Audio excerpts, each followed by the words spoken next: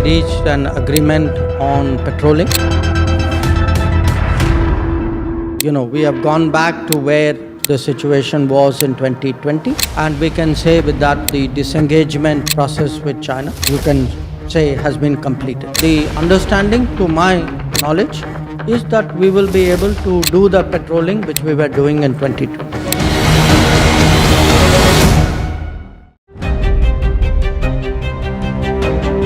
Hello and welcome to India Sense, where I speak with global opinion makers. The United States has made a strategic decision over the last 20 years to move closer to India.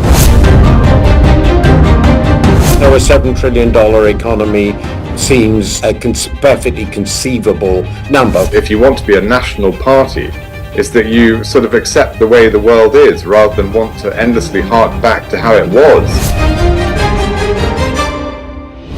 Modi is promoting the digitization of the economy, which is accelerating growth in the country.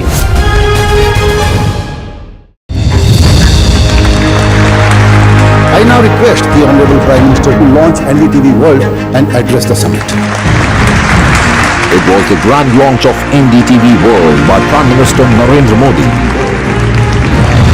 NDTV World, as he laid out his vision for the India century at the NDTV World Summit. ऐसी सदी जिसमें भारत के प्रयासों से दुनिया में स्थिरता आए, in the presence of those who are shaping our future. मेरी तरफ से आपको ढेर सारी शुभकामनाएं हैं। NDTV World, your new home for global news is here. I've been reporting on all issues big and small from Andhra Pradesh, Telangana, rest of South India, bringing you all the action, all that you need to know, all that you want to know. The energy of Maximum City is infectious. I bring in that energy in our news coverage from financial capital Mumbai. India's IT capital is always buzz. It's literally a city that never sleeps. And I keep you ahead on all the Bengaluru buzz. Covering from the southernmost part of India over the last 23 years, I bring in-depth and 360-degree coverage from the Dravidian heartland. The land of Mishti is also known for its bitter politics. I have seen much water flow under the Howrah Bridge, covering Bengal in all its vivid colors. NDTV proudly presents NDTV World Summit 2024, the India Century. I now request the Honorable Prime Minister to launch NDTV World. Prime Minister Narendra Modi's inaugural session at the NDTV Summit outlined his vision for the India century, driven by aspirational India. हमारा प्रयास होगा भारत की century सिर्फ भारत की नहीं बल्कि पूरी मानवता की जीत की सेंचुरी बने. The summit brought together prominent global leaders, highlighting India's pivotal role on the world stage. Not just Indians trusting India's leadership, but the global South especially trusting India's leadership. Canada is concerned, I think there are some very specific issues. I think a lot of people know that. Permanent seat on the UN Security Council is something that should be India's right. AI is going to be one of the most important drivers. It's a very exciting time for India, Indian cinema as well at a global level. NDTV World Summit was more than just a conversation. It was a confluence of ideas poised to shape our global future. Stay informed and entertained with the new and updated NDTV News app. You can watch all our channels live, listen to podcasts, read breaking and exclusive news from around the world and more. Download the NDTV app today.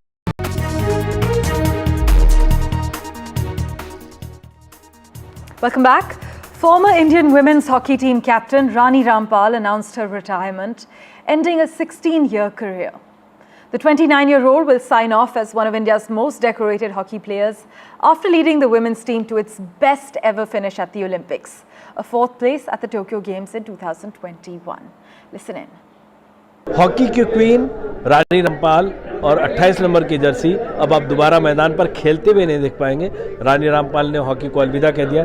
सबसे पहले life का ये सबसे बड़ा moment भी आपको एक तरह से कह सकते, कैसे ओवरऑल जर्नी की सबसे मुश्किल और सबसे कामयाब मोमेंट को बताइए.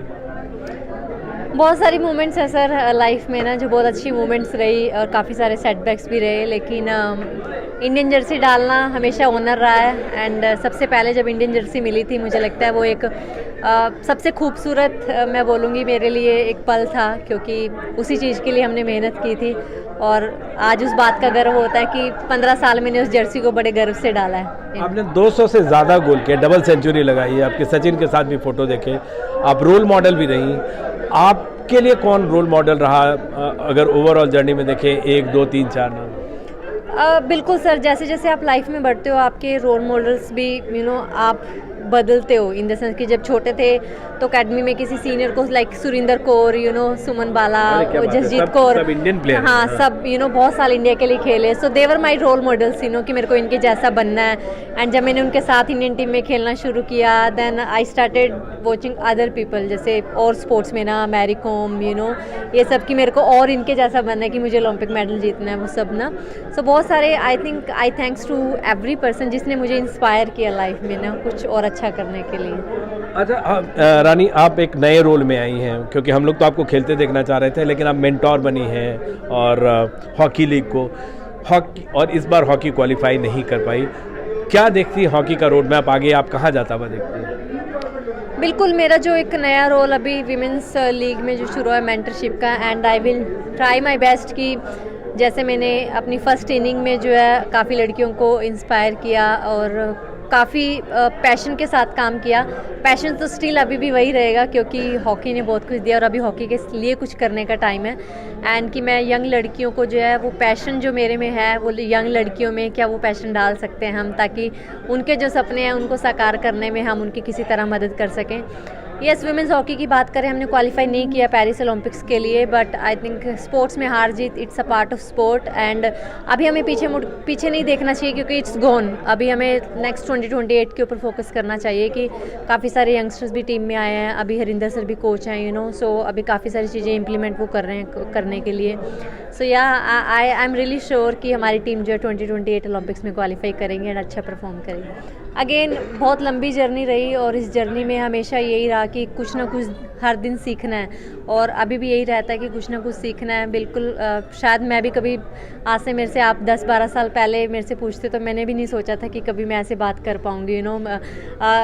आप इनसे पूछ सकते हैं दिग्विजय सर से कि कैसे एक मीडिया ट्रेनिंग में भी इतना शाई फील करना, बट आई थिंक हाँ मैंने सीखा, मैंने कोशिश की और कोशिश करने से सब कुछ हो सकता है, बट स्टिल अभी बहुत कुछ सीखना बाकी है लाइफ में ना। Wish you all the best. आप हॉकी को ऐसे कुछ देते हैं। Thank you so much Rani. Thank you. Meanwhile, Indian students in Canada should be aware of their surrounding and resist radicalization attempts by Khalistani terrorists and extremists.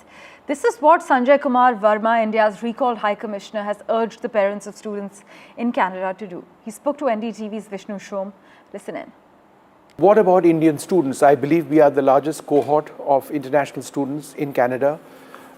They would have anxious parents. They would be worried about visas in the future. I was a student in Canadian universities. Both my degrees are from there. What would your message be to all of those very concerned people back home? Their kids are over there. What I would say is that their kids should be aware of the surroundings in which they are. They should not be influenced by the outreach from these Khalistani terrorists and extremists, and they should look after themselves well. In Canada at the moment, from these Khalistanis, I think there is a perceived threat to the larger Indian community, including the students' community. And therefore, if they see anything suspicious or they are reached out by someone whom they feel is suspicious, they should immediately report to the law and order authority of their region. That's an important statement, sir. There is an outreach effort by Khalistani sympathizers in Canada towards Indian students. Yes. How does that happen? So basically how it works is that with the status of the Canadian economy at the moment, the jobs are not being created, and many students would go for jobs which are much below what they should be doing. They are unable to meet their ends, and some of these Canada-based and Canadian Khalistani extremists and terrorists will try to allure them by giving them money, by giving them food, and therefore trying to influence them with the kind of nefarious businesses that they are doing. Some of the students get attracted towards that. Then there is another thing which is happening. Some of the students would be asked to get photographed in front of the Indian High Commission in Ottawa or the two consulates, shouting anti-India slogans, desecrating our flag, or doing something which is disrespectful to India, and then they will go and seek asylum because their version will be that if I go back to India now, I'll be punished. So one way of people seeking asylum would be under the influence of Khalistani extremists. Students would come in front of the High Commission or one of our consulates, do something which insults, our flag, our embassy, our High Commission, etc., and then seek asylum, right? And there have been cases of students like that being granted asylum. Many such cases. And recently we have also come across some of the cases where Indian nationals would land at the airport.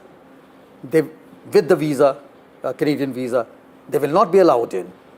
And in a few cases, very few cases, the Canadian authority there will ask them, look, if you file an asylum request, you'll be allowed in. What is this? So there are various kinds of influences which are pushing these students in the wrong direction. So parents, please talk to your children very regularly, try to understand their welfare, give them sane advice so that they don't fall on the wrong side of the society. Switching tracks now, hailing India's Adhar initiative, Nobel laureate Professor Paul Romer said technology was used to give citizens an existence and further access to schemes. He spoke to NDTV's Executive Director Senthil Chengalvarayan at the NDTV World Summit. Listen in. If you ask the companies in Silicon Valley, they'll say, where is the lost opportunity? We've become the 4 or 5 most powerful companies in the world. The companies who have for the last 15 years dominated the US stock markets, never happened before. And so no signs of slowing. Okay, well, let me give you my the conversation I have back and forth with them. When I said before that, look, historically, one of the signs of the dramatic improvements in standards of living is steadily increasing life expectancy across countries, across time. And so then I talked to the Silicon Valley types and say, life expectancy has stopped increasing in the United States. It's actually falling. And then they say, oh, well, no, we don't want to use that measure anymore for progress. We want to use something else. And I'm saying, no, if that's the measure that we picked in the beginning, you got to stick with it. And by that measure, something's really gone wrong in the United States. People are not living as long as they did before. So how can it be that we've had a technological revolution and people aren't living as long? It's because that technology has not been used to improve the quality of life. And then you see what Adhar has done by not just making it easy for people in this room to make digital payments, but taking hundreds of millions of people who had no existence in the formal state. They had no document, no birth certificate, no driver's license, no official document of any kind. They didn't exist in the eyes of the modern state. Adhar made them real, gave them existence by giving them a number. And then all kinds of things have been built on top of that. So there's the direct benefit transfer schemes, access to financial accounts. But this was because this country decided we are going to use the technological opportunities here to benefit everyone. And I guarantee you life expectancy hasn't started falling in India. And so it happened here because it came in from the top. You had Prime Minister Modi, when he came in 2014, adopt Adhar, which had been around even before he came, but he chose that, he stuck with it and used it for what, and we've seen the what's happened now. So are you saying that government should be playing a larger role? Yeah, absolutely. Than just policy making and technology? I'm saying that, and I think economists have done a huge disservice to the world by just repeating mindless assertions about the government is the problem and the market is the solution. That's just not true. So let's talk about something practical. How am I here? I got here because I could go to the airport, get on an airplane, fly here at minimal disruption and very safely.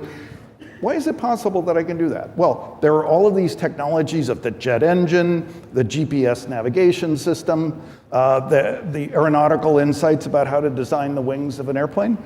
But that system wouldn't work if we didn't have a Federal Aviation Administration in the United States and in comparable agencies around the world who regulate the air travel industry and make it safe. So you don't need a government which is big in the sense of running the airlines. That is not a good idea. But you do need a government which is big in the sense, or strong. We want a strong government that can say, you're going to lose your ability to fly airplanes if you don't follow the safety regulations. Or you're going to lose your ability to sell that airplane unless you fix the safety defect. You need a government strong enough to say that to generate the benefits that we get from air travel. And that's what's missing in the use of technology in the United States. But that was what was present here in India. People around the government, and even people from the private sector, like Nandan Nilekani, came in and said, we're going to build a system that benefits everyone. And we're going to follow certain principles. And it was really a kind of a masterpiece of design in the sense of, just like the GPS system, Adhar solved only one problem. Present a person to me, and I'll tell you what that person's number is. That's all it did. The big story we're tracking from Canada, Prime Minister Justin Trudeau has said that Canada will significantly reduce the number of new immigrants it allows into the country after acknowledging that his government has failed to get the balance right coming out of the pandemic. Now, while Canada has long prided itself as a place that welcomes new immigrants, public opinion in the country has recently soured on immigration, which has been blamed for reducing housing affordability. Canada is now set to bring in 3,95,000 new permanent residents in the year 2025, 3,80,000 new immigrants in 2026, and 3,65,000 new immigrants in 2027. That's down from 4,85,000 in 2024 in the first multi-year reduction since Ottawa started laying out multi-year immigration levels back in 2018. To understand the ramifications on ground zero, we have with us Daniel Boardman at the moment. As always, Daniel, thanks so much for making time for us. Some industry experts I've been speaking to in Canada argue that they were able to officially avoid a recession because of immigration. But Daniel, what have been some of the initial reactions to this major reversal in immigration policy on home ground? Everyone's happy with the reduction, and vast majority of people say it's not enough, it should be even lower. And while it is technically true that immigration did save us from a recession, it made the country poorer by just increasing GDP, but it reduced GDP per capita. So Canada used to be a resource industry before Justin Trudeau. We have tons of oil, we have tons of natural gas, we have tons of lumber, and this is the backbone of our economy. When Justin Trudeau came in, this is, of course, to save the planet. We have to get rid of all of this. So Canada's new economy is now human trafficking and money laundering. We call this immigration and education. So many Indian students that I saw the second one you just did, and a lot is right in there. Many Indian students coming into Canada are not actually students, but they're victims of human trafficking. If you're going to a real Canadian university like McGill, U of T, UBC, then this doesn't apply to you. That's what most Indians think Canadian schools are. But in the Trudeau administration, we've had this boom of sort of fake schools, diploma mills. Right. So it's like a strip mall. There's a room inside a strip mall, like a place. There'll be 8 schools in that one classroom. They have one online course per week, and you pay $20,000 or 20 lakh to get into that. So Canada's now a human trafficking scheme, mostly from India, and you have criminal organizations on the Indian side and criminal organizations on the Canadian side working together with usually Khalistanis to bring people into the country. So with the criminal organizations, you can you get these families and whatever, you sell the dream of Canada, mostly to kids in the Punjab region, you bring them into Canada. These immigration consultants say, don't worry, you'll be able to stay in Canada indefinitely because we'll cheat the system. You sign something saying you're not allowed to leave, you'll go home after your education. In fact, bad practices in this entire immigration exercise have been brought to the fore and are under investigation increasingly now. Daniel, we have been able to establish through opinion polls in Canada that a growing number of Canadians do think that Canada is bringing in too many immigrants, as you're highlighting. But are small business owners' heads spinning from this change, or overall it's being considered a positive sort of reversal in policy? Well, overall, it's a positive. It's not small business owners. Major corporations are going to be mad because the Trudeau government has been subsidizing major corporations hiring hiring foreign workers, and then it's even the exploitation of these foreign workers increases because there's this thing called an LMIA, which is like a paper you get to say that the company couldn't find a Canadian citizen to fill the particular job you're doing. So you'll find people getting LMIAs to work fast food jobs. And you can't really make the argument that there was no one willing to work a fast food job in the country, you had to hire an illegal immigrant. But again, a foreign worker. But foreign workers are subsidized, Canadians are not. And foreign workers are also exploited because these LMIA markets are now dark markets where they're forcing these foreign workers to, again, pay $10,000, $20,000, $30,000 just to get that LMIA. So you're going into further debt to get these jobs. So this is where criminal organizations come in. They can subsidize you. You want to get out of this student debt where you're living on a floor with 9 people in a room? Well, join a Khalistani gang, and then you can start doing highly lucrative criminal activity. As you play the thing, it's quite correct. They do encourage students to go in front of the embassies and the thing and wave Khalistan flags and threaten India, claim bogus asylum things. That's another 5K. You usually run yourself. So this is the system that's propped up Canada's economy for the last 10 years. It's exploiting people mostly from India, but other parts of the world, getting $20,000, $30,000 out of them, and then dumping them in hyperinflating the real estate market because you have 10 students to one apartment, so you can sort of bump up the rent because you can charge well, the government there says that $7,000 these measures are expected to result in a population decline of 0.2% in both the coming years of 2025 and 2026. But many are still questioning whether it's enough to bring down immigration levels to a permissible level and whether it's enough to reduce Canada's housing supply gap. Thanks so much, though, Daniel Boardman, as always, for joining us on NDTV. Thanks, Pat. Meanwhile, the German Chancellor, Olaf Scholz, is in India as part of his 3-day official visit, during which he and Prime Minister Modi will take part in wide-ranging talks with a focus on boosting bilateral strategic ties in the areas of defense, trade and clean energy. As far as the plan of action is concerned for today, Prime Minister Modi and Mr. Scholz will co-chair the 7th Intergovernmental Consultations. And as you know, the IGC is a whole-of-government framework under which ministers from both sides hold discussions in their respective areas of responsibility and then report on the outcome of their deliberations to the Prime Minister as well as the Chancellor. The German cabinet, by the way, has recently adopted a key document titled Focus on India, aimed at elevating the bilateral relations to the next level. My colleague Mohammad Ghazali has been tracking the German Chancellor's visit very closely. He joins us live at the moment. Ghazali, take us through the German Chancellor and Prime Minister Modi's plan of action for the day. Today, there are bilateral talks which will be held between India and Germany, between the Chancellor of Germany, Mr. Olaf Scholz, and Mr. Narendra Modi, the Indian Prime Minister. And it is more of an intergovernmental consultation group, which is basically the entire cabinet or the key cabinet ministers of India and Germany. They will both be meeting today.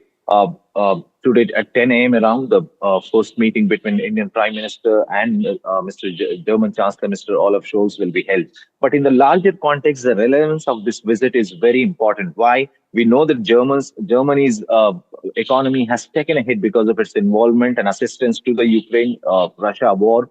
Also, Germany is also looking for a key partner in Asia because of the rising influence of China near the South China Sea and its frictions with Taiwan. And that is why Germany is looking for a reliable partner. And Germany's ambassador to India, Mr. Ackman, recently was quoted saying that perhaps India's entire strength, because India and Germany are have a great coordination when it comes to defense cooperation, when it comes to technological cooperation, technology transfer between India and Germany. And besides that, this particular visit is also focused on how Germany looks at India when it comes to human resource or workforce, to add workforce in its own country. And that is why there have been, as you were rightly mentioning about how the Germany's cabinet has also released the India-focused cabinet, which talks about increasing the visa to Indian students and also to the Indians who want to work in Germany. So these are the key issues which will be discussed between the meeting when Prime Minister Modi and German Chancellor Mr. Olaf Scholz meets today. And German Chancellor Mr. Olaf Scholz is also expected to attend Indo-German Chamber of Commerce meeting today, where more than 800 CEOs will be attending the meet from India and Germany. So that is also going to be the key focus area when it comes to the trade partnership between the two countries. As always, Ghazali, thanks so much for joining us with the latest details. In other news, chip giant Nvidia is deepening its ties to the growing Indian artificial intelligence market. The US firm has announced a slate of partnerships with Indian businesses, including Reliance. In fact, Nvidia also plans to work with a local IT company to create an AI model in Hindi. Global chip firms are racing to build semiconductor facilities in India, which aims to eventually compete with other tech hubs like Taiwan. But Nvidia CEO Jensen Huang said that instead of focusing on manufacturing chips, India should harness its data and energy resources to become an artificial intelligence export powerhouse. In fact, he argues other countries have been manufacturing chips for a long time. No one manufactures intelligence at the moment.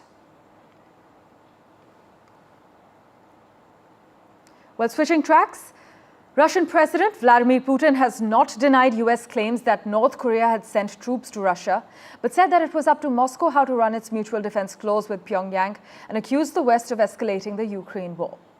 Meanwhile, Putin said that his relationship with the United States after the presidential elections would depend on what attitude Washington adopts, as he welcomed comments by Donald Trump on his desire to end the Ukraine conflict as sincere.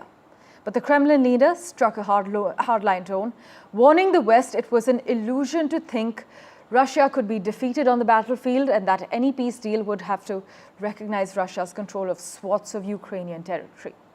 And for a quick comment on the matter, we have with us Dr. Zakir Hussain from the Indian Council of World Affairs.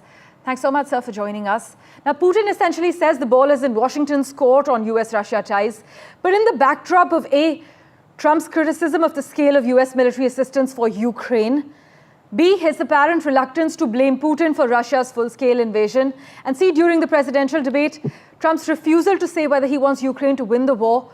At this stage, would it be fair to say that many in Moscow are actually waiting to toast to Trump winning in about 2 weeks, sir?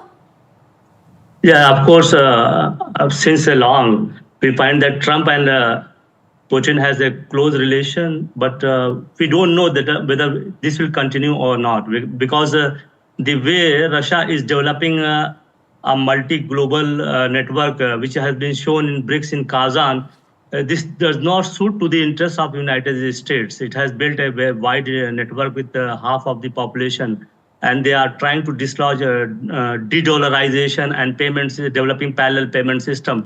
This is not suiting to U.S. interests, and I don't think that Trump would like this development, because he wants America first and he wants to establish American hegemony. So if Trump comes, I feel that there will be a bone of contention between the two leaders, while at the same time the Korean issue is also brewing up. So both the countries are at a crossroad, and let us see what happens in the coming months and years. Well, the election in the United States is around the corner, and we will, of course, revert to you for regular updates. Thank you so much, Dr. Hussain, for joining us on NDTV. Well, as always, news and updates continue in a moment right after this very short break. Don't go anywhere.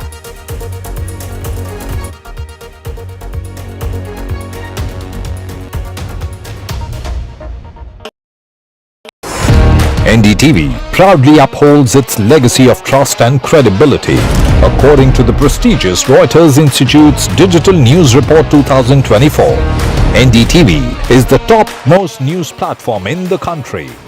#1 in both online and offline reach in India. Beating all its competition, NDTV stands for trust. New day, new show, a new experience. Start your day with the news, not views. We bring you stories that matter and impact your life. News that informs and keeps you ahead. From Maximum City, Mumbai, to the seat of power, Delhi, NDTV brings you the best breakfast show. Breakfast news on NDTV, 8 a.m. every day.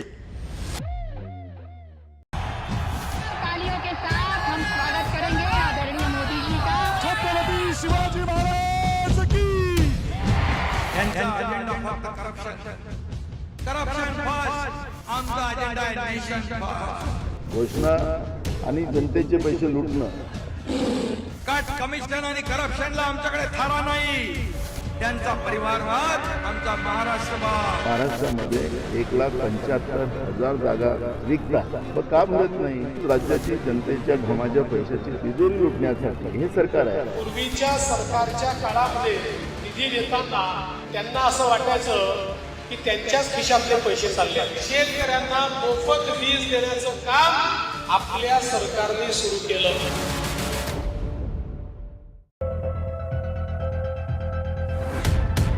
We reached an agreement on petroling. We have gone back to where the situation was in 2020, and we can say with that the disengagement process with China, you can say, has been completed. The understanding, to my knowledge, is that we will be able to do the patrolling which we were doing in 2020.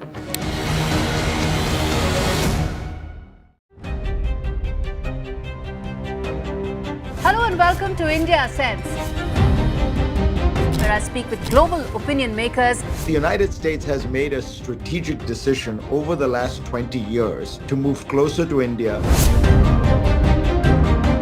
So a $7 trillion economy seems a perfectly conceivable number. If you want to be a national party, is that you sort of accept the way the world is rather than want to endlessly hark back to how it was.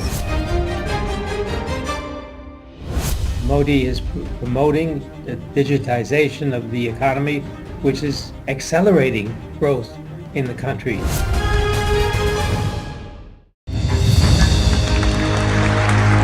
I now request the Honorable Prime Minister to launch.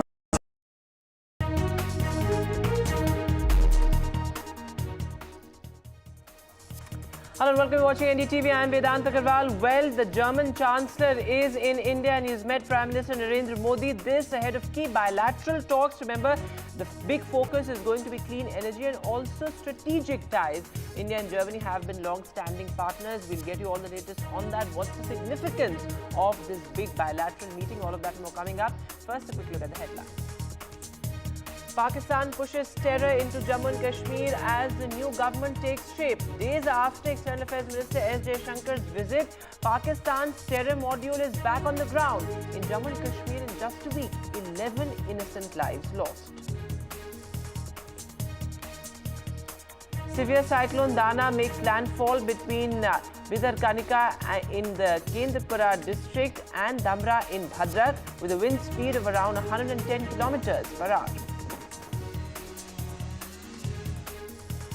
The paddy politics peaks in Punjab. This as farmers set to stage protests over no procurement of paddy at the MSP. Meanwhile, the opposition hits out to the Chief Minister. The Aam Aadmi Party government says the paddy procurement is taking place in a pacey way.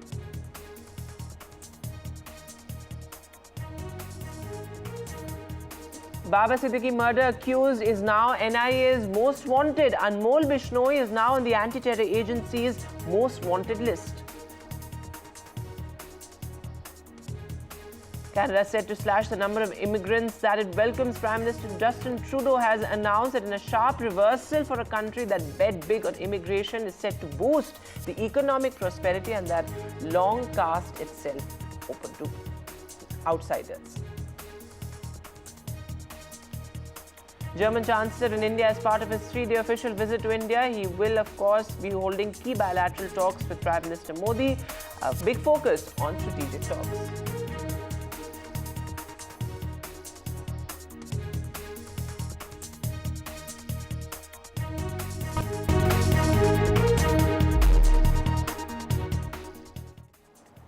And our lead story this morning, well, the Prime Minister has met German Chancellor Scholz, who is in India as part of his 3-day official visit. This is a key diplomatic visit. The focus, of course, on bilateral strategy. India and Germany have been long-standing partners, and these pictures just coming in of the Prime Minister meeting the German Chancellor.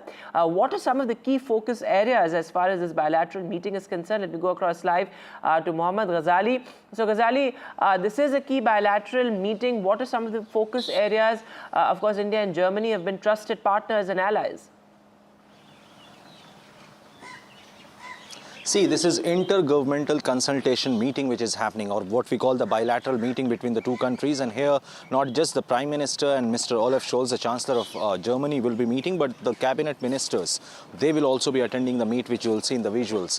And why this meet is very important, because the German government has also released an India-centric document before this visit was scheduled. And in that particular document, it has been focused upon that perhaps India or Germany will need manpower from India, and that is why the governments, both the governments, after the bilateral talks, will also kind of issue a statement or announcement over easing the visa process or increasing the visa quota for the Indians when it comes to the workforce in Germany. Besides that, India and Germany have close collaboration and cooperation when it comes to defense, energy sector, and these are the sectors which will be talked about, which will be discussed in this particular meeting. But coming back to that particular India-centric document, which is called Focus on India, released by the German government before this visit, it has announced that the desire of the federal government to improve relationship with India, and also with the consensus of all the ministries and departments. So not just the Prime Minister will be meeting, but if you'll see the External Affairs Minister, Defense Minister, because India and Germany are also very close partners when it comes to defense cooperation. And you see, if you see in the last 100 days or more than 100 days of this government, India is also trying to reach out to different partners in the world, not just in the West, but in the immediate neighborhood when it comes to diversifying its partnership related to defense, energy sector, related to oil economy. And that is why Germany is very important. But why India is important for Germany? There are many reasons for that. We are witnessing that how the economy of the Western countries are getting impacted due to Russia-Ukraine war. Germany is standing behind Ukraine like other Western allies, and that is why its economy has also taken a hit due to that.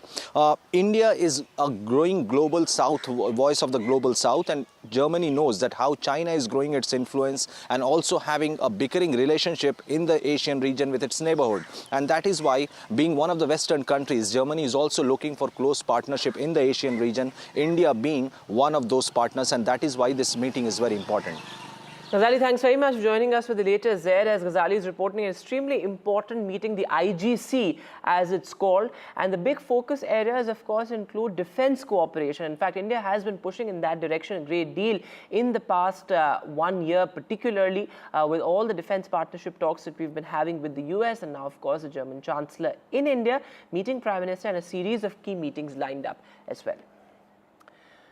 But moving now to what's become a huge concern in Jammu and Kashmir that just witnessed successful elections. Well, in the past 1 week, 11 innocent lives have been lost. The recent one, of course, being the terror attack very close to Gulmarg, where, of course, innocent lives were lost. 2 army jawans and 2 army porters were killed in this absolutely horrific attack. An army vehicle was targeted, and in the past 1 week we've seen a series of such attacks. Of course, what happened in Ganderbal was absolutely shocking, where innocent migrant laborers were also killed. The Pakistan terror agenda is back on the ground, and this comes just days after the meeting with S. Jaishankar. Remember, S. Jaishankar was in Pakistan for the SCO, and we saw top Pakistan politicians talk about peace and talk about how India and Pakistan need to talk on the diplomatic high table. But yet again, Pakistan's terror and talks hypocrisy has been exposed. As the bigwigs talk about peace, on the ground, their proxies kill innocent people. Let me go across live first to my colleague Nazir Masoodi. So Nazir, sir, absolutely shocking what we've seen in the past 1 week, innocent lives being lost, also in areas which have been rather muted when it comes to militancy. Yeah, exactly. And in this case, 4 people, 2 army soldiers and 2 army porters have been killed. Fallen army soldiers have been identified as Kaiser Ahmed Shah and rifleman Jeevan Singh, and the 2 porters have been identified as Zahur Ahmed and Mushtaq Ahmed, both residents of Bonyar in Baramulla district, and also fallen soldier Kaiser Ahmed is also a local from the Kashmir Valley. So clearly huge loss for the army in an area which was free from militancy, but The larger picture is the behavior of the Pakistan. When they push in militants, so there's no change in the Pakistani behavior, despite the repeated they claim they won't talk with India, and recently during the SCO meeting as well.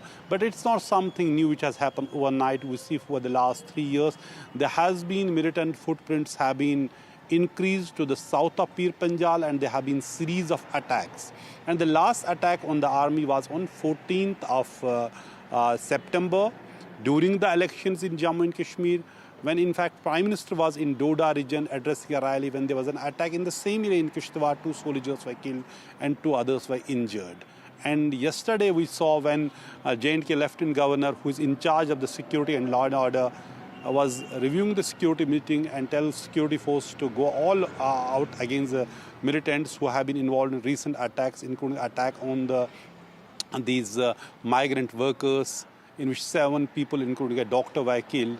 So in the evening, we saw this attack in Botapatri in Baramulla district, which is not far away from the Gulmarg. This is a restricted area, but it also shows one thing. The highly trained, these Pakistani militants want to engage army, or they target army in the mountains and the forests as part of their jungle warfare. And then they want to target innocent people like the migrant workers, target infrastructure projects, so to bog down the security structure, to increase the cost of state when it comes to the security deployment in Jammu and Kashmir.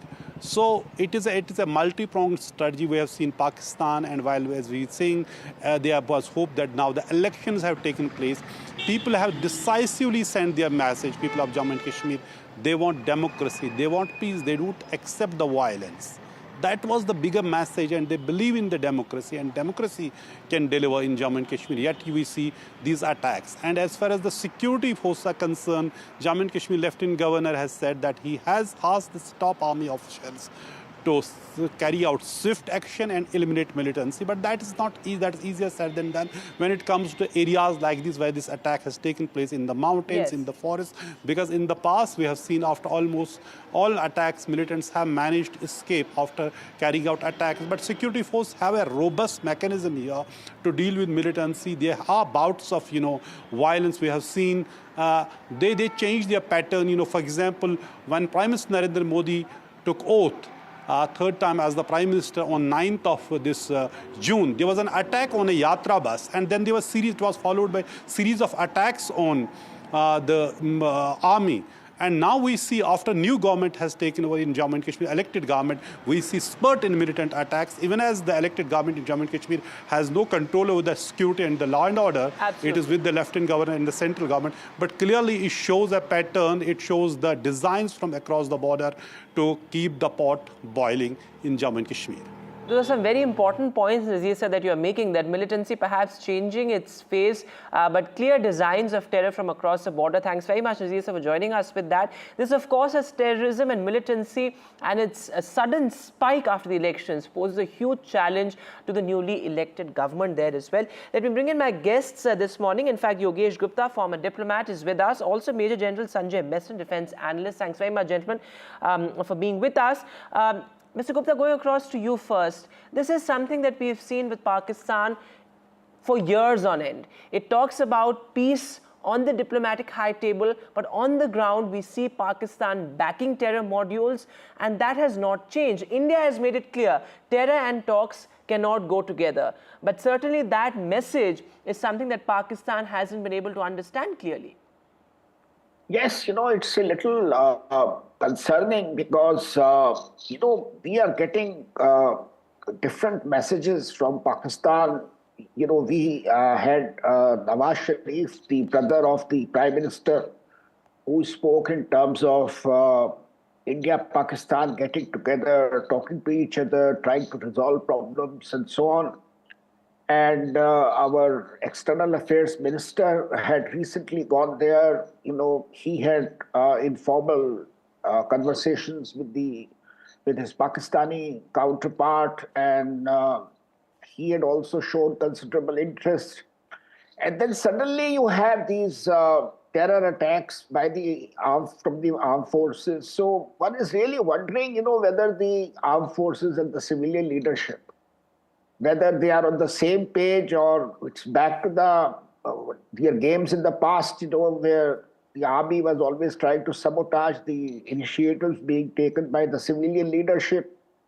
So one is not sure whether Pakistan as a country, Pakistan establishment or government as a country are together, or again we have a situation of division in their ranks. So to that extent, it becomes difficult for India to respond.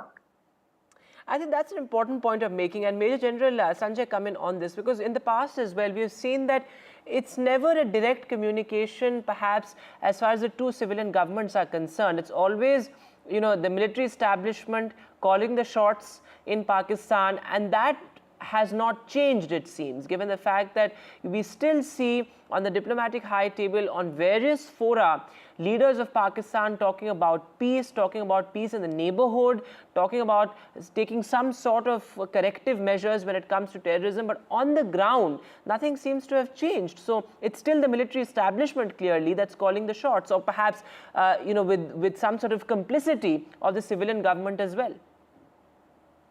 Yeah, absolutely right. Firstly, as regards the Pakistan Army and the ISI is concerned, let me tell you, when I was in Afghanistan way back from 2011 to 14, I discussed the Pakistan issue with a lot of Americans who are part of the ISAF.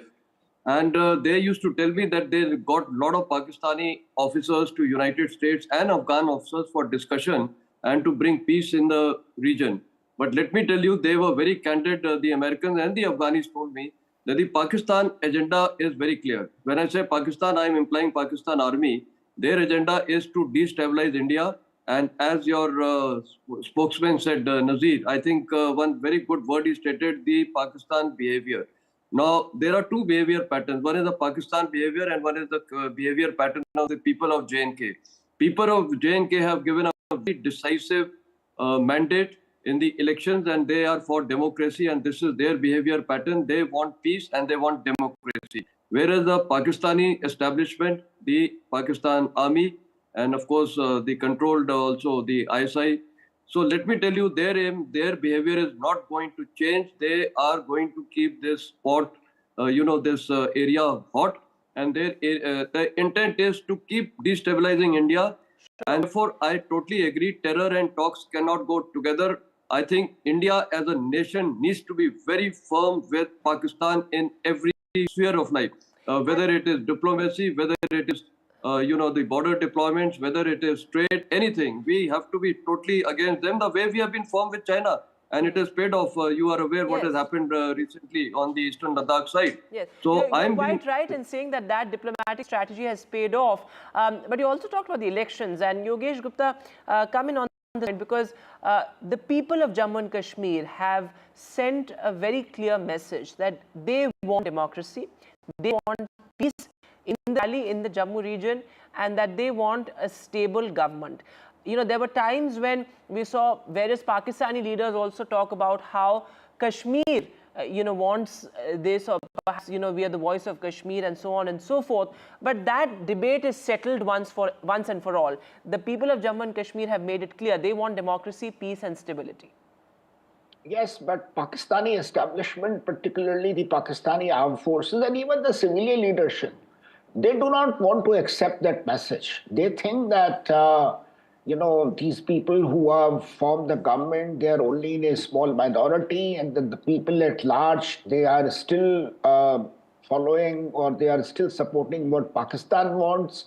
That's the whole problem with Pakistan. They have not come to terms with the realities. This happened earlier in Afghanistan. This is happening now here in Kashmir.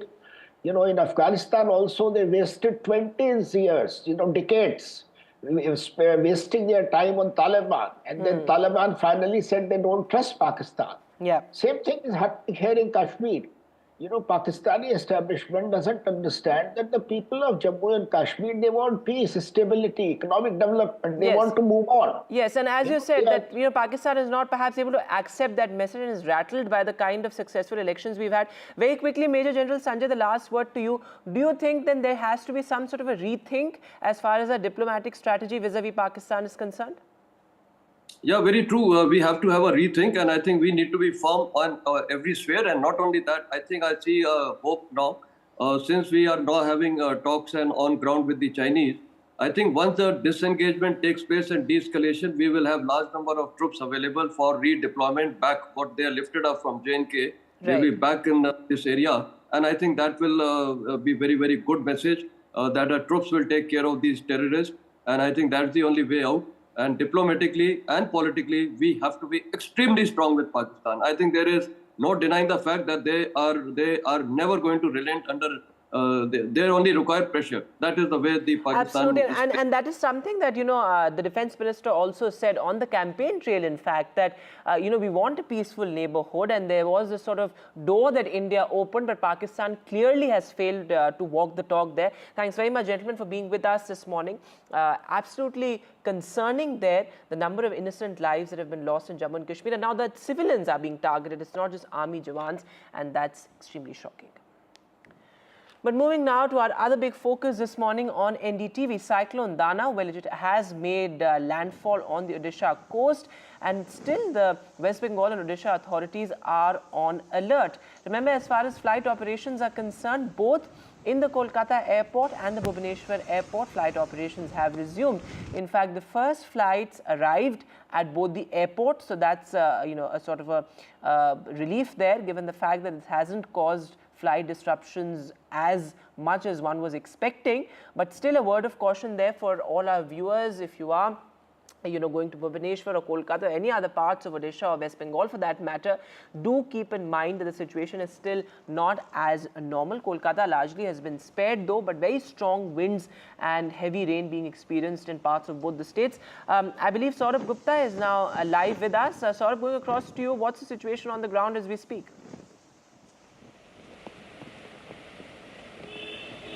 Well, Kolkata, of course, seeing some heavy showers and rains, but that is expected when there is a cyclone making a landfall some distance away. And we're about,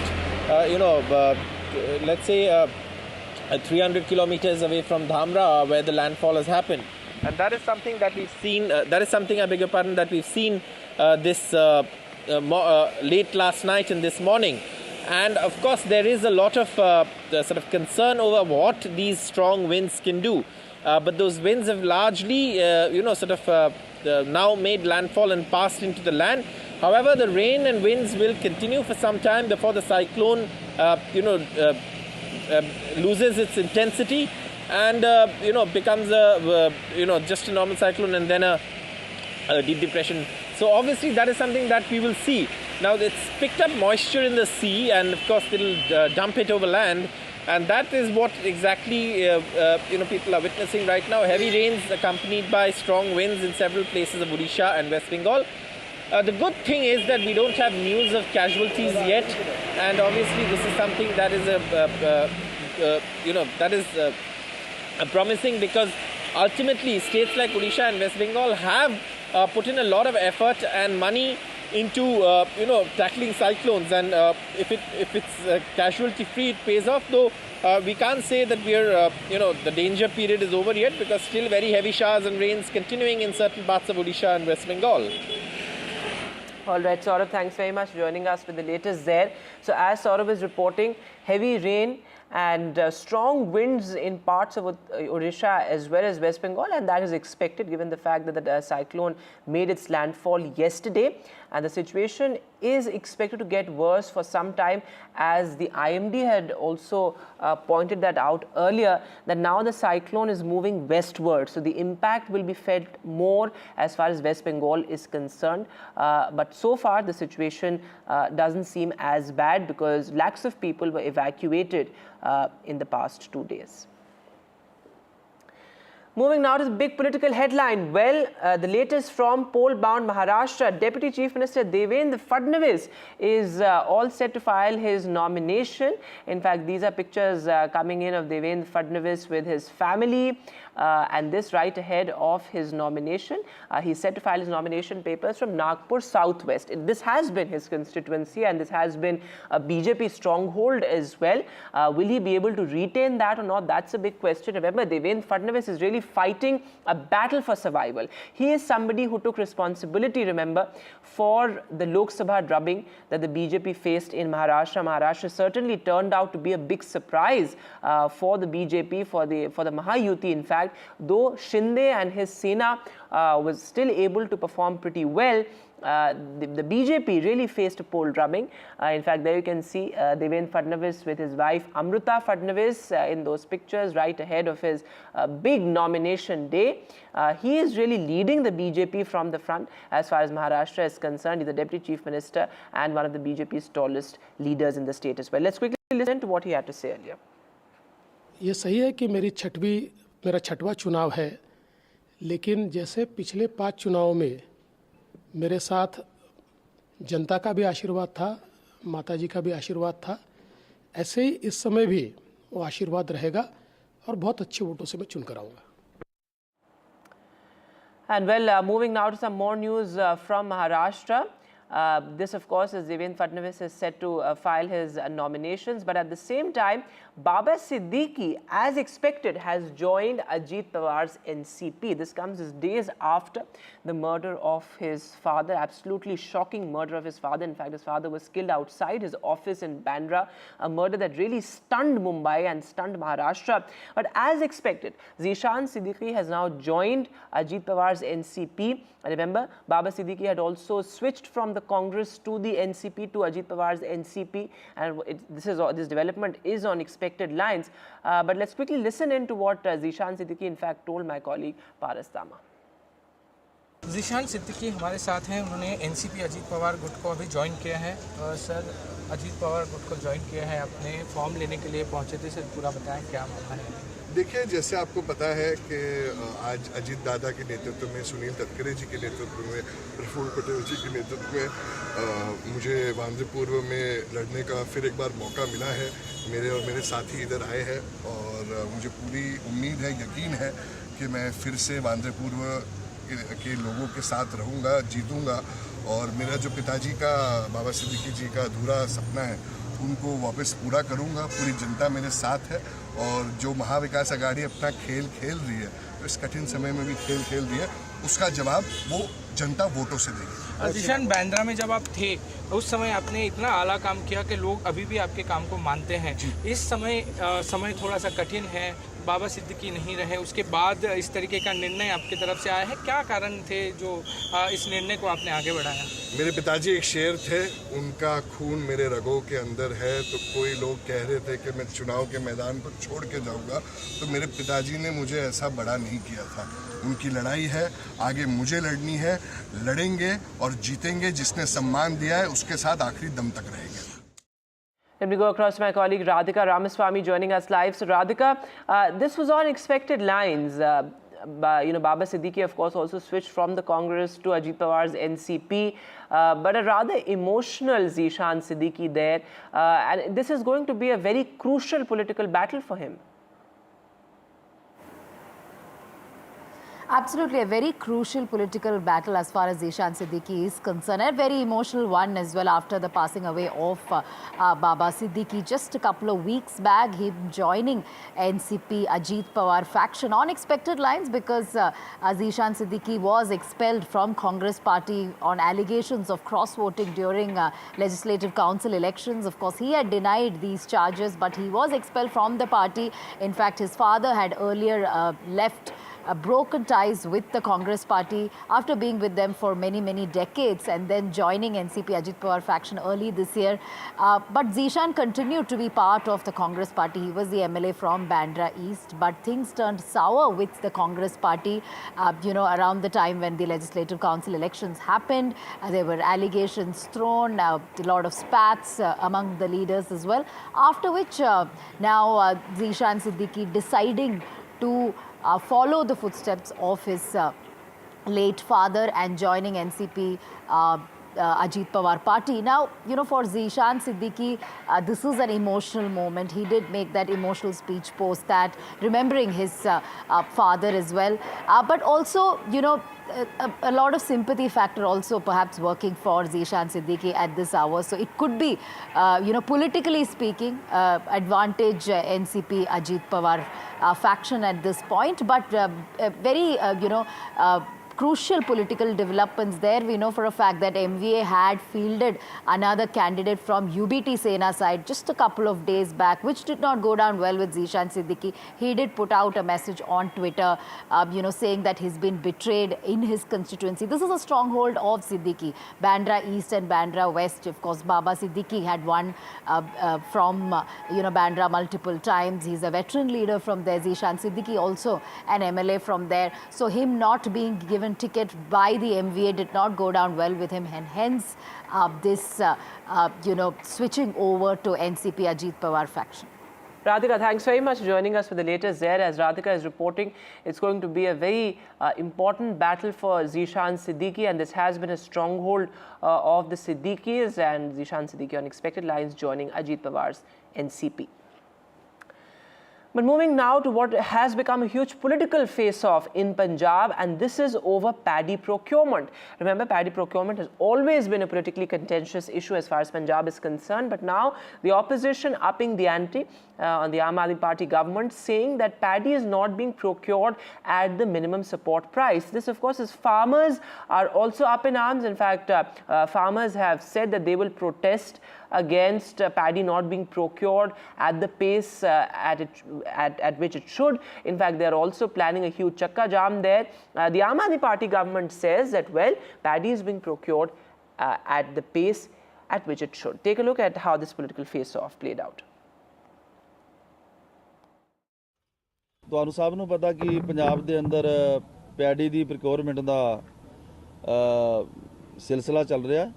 ਸੋ ਇਹਦੇ ਸਬੰਧ 'ਚ ਹਰ ਰੋਜ਼ ਹਰ ਘੜੀ ਹਰ ਪਲ ਮਾਨਯੋਗ ਮੁੱਖ ਮੰਤਰੀ ਸਰਦਾਰ ਭਗਵੰਤ ਸਿੰਘ ਜੀ ਦੀ ਅਗਵਾਈ ਦੇ ਵਿੱਚ ਤੇ ਖੁਦ ਉਹਨਾਂ ਵੱਲੋਂ ਸਥਿਤੀ ਦਾ ਜਾਇਜ਼ਾ ਲਿਆ ਜਾਂਦਾ, ਔਰ ਜਿੱਥੇ ਕਿਤੇ ਵੀ ਕੋਈ ਪ੍ਰੋਕਿਉਰਮੈਂਟ ਨੂੰ ਲੈ ਕੇ ਕੋਈ ਘਾਟ ਆ, ਕੋਈ ਲੋੜ ਆ, ਸੋ ਉਹਨੂੰ ਪੂਰਾ ਕਰਨ ਦਾ ਜਿਹੜਾ ਆ ਉਹ ਫੂਡ ਸਪਲਾਈ ਮਹਿਕਮੇ ਵੱਲੋਂ ਯਤਨ ਕੀਤੇ ਜਾ ਰਹੇ ਆ। ਕਿਸੇ ਵੀ ਤਰ੍ਹਾਂ ਦੇ ਕਿਸਾਨ ਨੂੰ ਮੰਡੀ ਦੇ ਅੰਦਰ ਦਿੱਕਤ ਨਹੀਂ ਆਉਣ ਦਿੱਤੀ ਜਾਵੇਗੀ। ਇਹ ਬੜਾ ਕਲੀਅਰ ਹੈ, ਮਾਨਯੋਗ ਮੁੱਖ ਮੰਤਰੀ ਜੀ ਦਾ ਦੇਸ਼ ਹੈ। ਸਾਰੇ ਪੰਜਾਬ ਦਾ ਮੁੱਖ ਮੰਤਰੀ ਇਸ ਏਰੀਏ ਨੂੰ ਰਿਪਰੈਜ਼ੈਂਟ ਕਰਦਾ ਹੋਏ ਅਜੇ ਤੱਕ 21 ਤਰੀਕ ਤੋਂ ਖਰੀਦ ਸ਼ੁਰੂ ਹੋਈ ਹੈ। 23 ਦਿਨ ਗੁਜ਼ਰਨ ਤੋਂ ਬਾਅਦ ਵੀ ਅਜੇ ਤੱਕ ਭਗਵੰਤ ਮਾਨ ਆਪਣੇ ਹਲਕੇ ਦੀ ਆਪਣੀ ਮੰਡੀ 'ਚ ਅਜੇ ਤੱਕ ਨਹੀਂ ਪਹੁੰਚੇ। ਸੋ ਮੇਰਾ ਅੱਜ ਸਾਰਿਆਂ ਨੂੰ ਪਹਿਲਾਂ ਉਹਨੂੰ ਓਪਨ ਚੈਲੰਜ ਹੈ ਕਿ ਜਾਂ ਤੇ ਇੱਥੇ ਆ ਜਾ ਜਾਂ ਅਸਤੀਫਾ ਦੇ ਦੇ। ਇਹ ਤੂੰ ਇੰਨੇ ਜੋਗਾ ਹੈ ਨਹੀਂ, ਲੋਕਾਂ ਨੂੰ ਨਿਰਾ ਗੁੰਮਰਾਹ ਕਰਨ ਜੋਗਾ ਤੂੰ ਹੈ। But sir, we have seen this time blame game is going on between the central and state government, and farmers are suffering because of that. Of course, it's not a blame game. What is the blame game? The government of India has got an agency, the Food Corporation, which does the buying.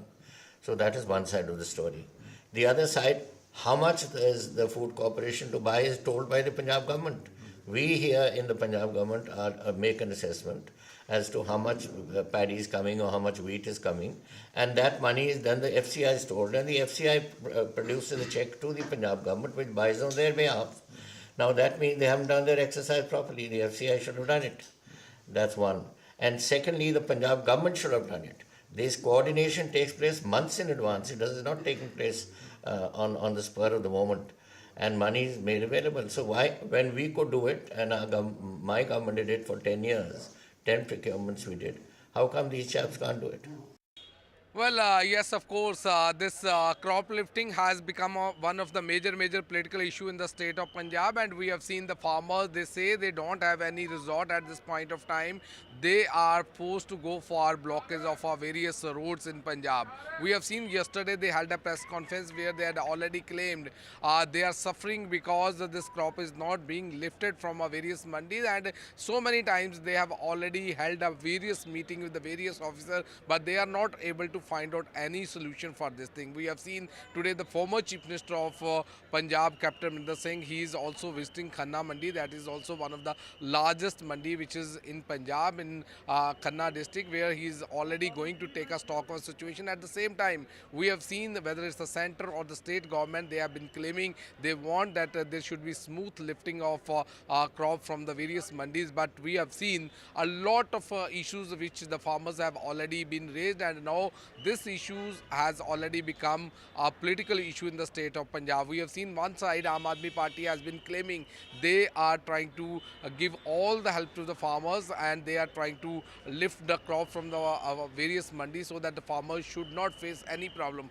At the same time, the farmers, they are coming on the roads, they say they want the government should take and lift this crop from various mandis. So let's see that how the government is going to find out solution of this problem, but as of now it seems the farmers are not satisfied the way the pace of lifting of the crop is going on. Back to studio.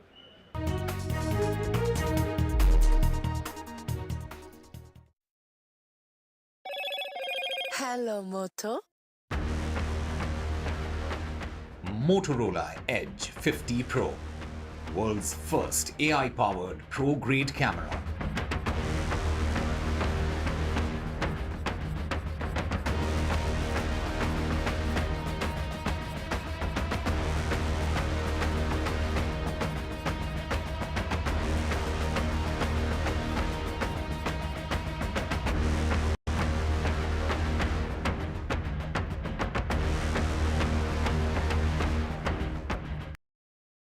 I've been reporting on all issues, big and small, from Andhra Pradesh, Telangana, rest of South India, bringing you all the action, all that you need to know, all that you want to know. The energy of Maximum City is infectious. I bring in that energy in our news coverage from financial capital, Mumbai. India's IT capital is always buzz. It's literally a city that never sleeps. And I keep you ahead on all the Bengaluru buzz. Covering from the southernmost part of India over the last 23 years, I bring in-depth and 360-degree coverage from the Dravidian heartland. The land of Mishti is also known for its bitter politics. I have seen much water flow under the Howrah Bridge, covering Bengal in all its vivid colors.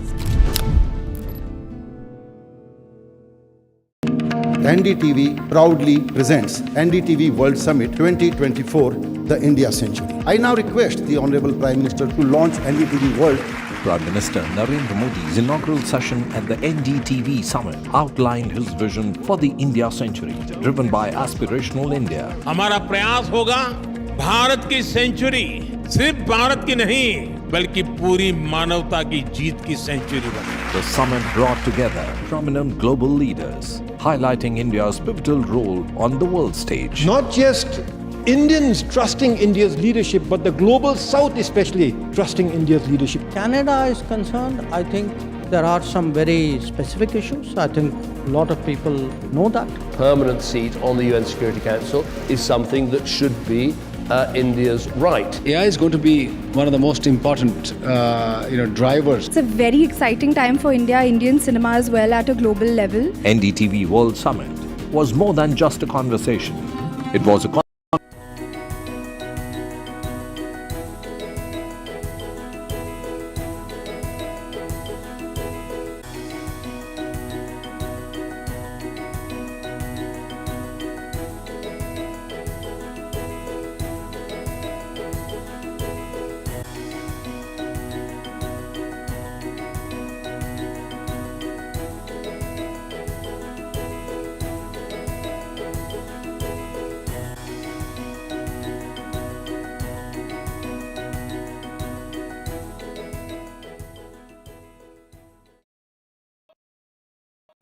Stay informed and entertained with the new and updated NDTV News app. You can watch all our channels live, listen to podcasts, read breaking and exclusive news from around the world and more. Download the NDTV app today and get access to the best journalism and storytelling on your smartphone or tablet. The NDTV app. News that matters to you. NDTV proudly upholds its legacy of trust and credibility, according to the prestigious Reuters Institute's Digital News Report 2024. NDTV is the top-most news platform in the country. Number one in both online and offline reach in India, beating all its competition. NDTV stands for trust. New day, new show, a new experience. Start your day with the news, not views. We bring you stories that matter and impact your life. News that informs and keeps you ahead. From Maximum City, Mumbai, to the seat of power, Delhi, NDTV brings you the best breakfast show. Breakfast news on NDTV, 8 a.m. every day. तालियों के साथ हम स्वागत करेंगे आदरणीय मोदी जी का। छत्रपति शिवाजी महाराज की।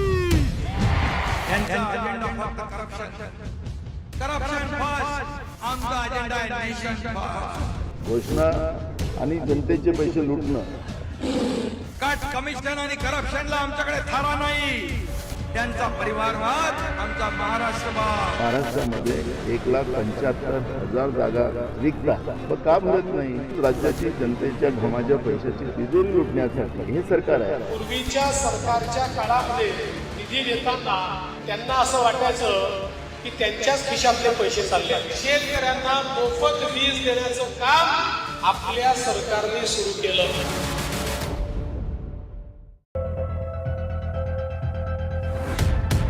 We reached an agreement on petroling. We have gone back to where the situation was in 2020, and we can say with that the disengagement process with China, you can say, has been completed. The understanding, to my knowledge, is that we will be able to do the patrolling which we were doing in 2020.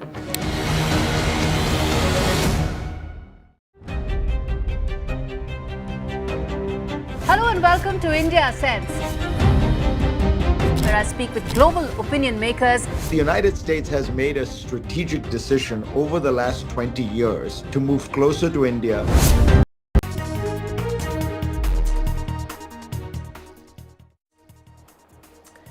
Welcome back, and some breaking news coming in from Maharashtra. Worli is going to be a keenly watched battle. Of course, Aditya Thackeray filed his nominations this yesterday, and now Shinde Sena is all set to field Milind Deora. So it's going to be a battle of two young leaders. Let me go across live to my colleague Vasudha Venugopal. She's joining us on the phone line.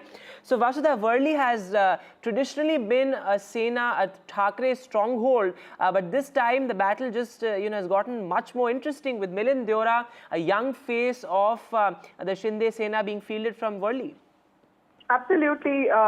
And Vedant, we know that Milind Deora is somebody who's seen as a popular face in South Mumbai, and he was also given the task in Lok Sabha to handle Worli. And despite Aditya Thackeray's constituency, the assembly of Worli saw just about 6,500 vote lead for UBT-led Shiv Sena, so which is why the Mahayuti government, Mahayuti alliance is fairly confident that it will be able to give a tough fight to Aditya Thackeray. And Worli for the last few years has also been showcased by the Mahayuti alliance as one of its highlights, the focus of its governance, because a lot of infrastructure projects have taken shape in Worli, including the outer ring road. It's been seen as, on top on agenda for Mahayuti's infra push.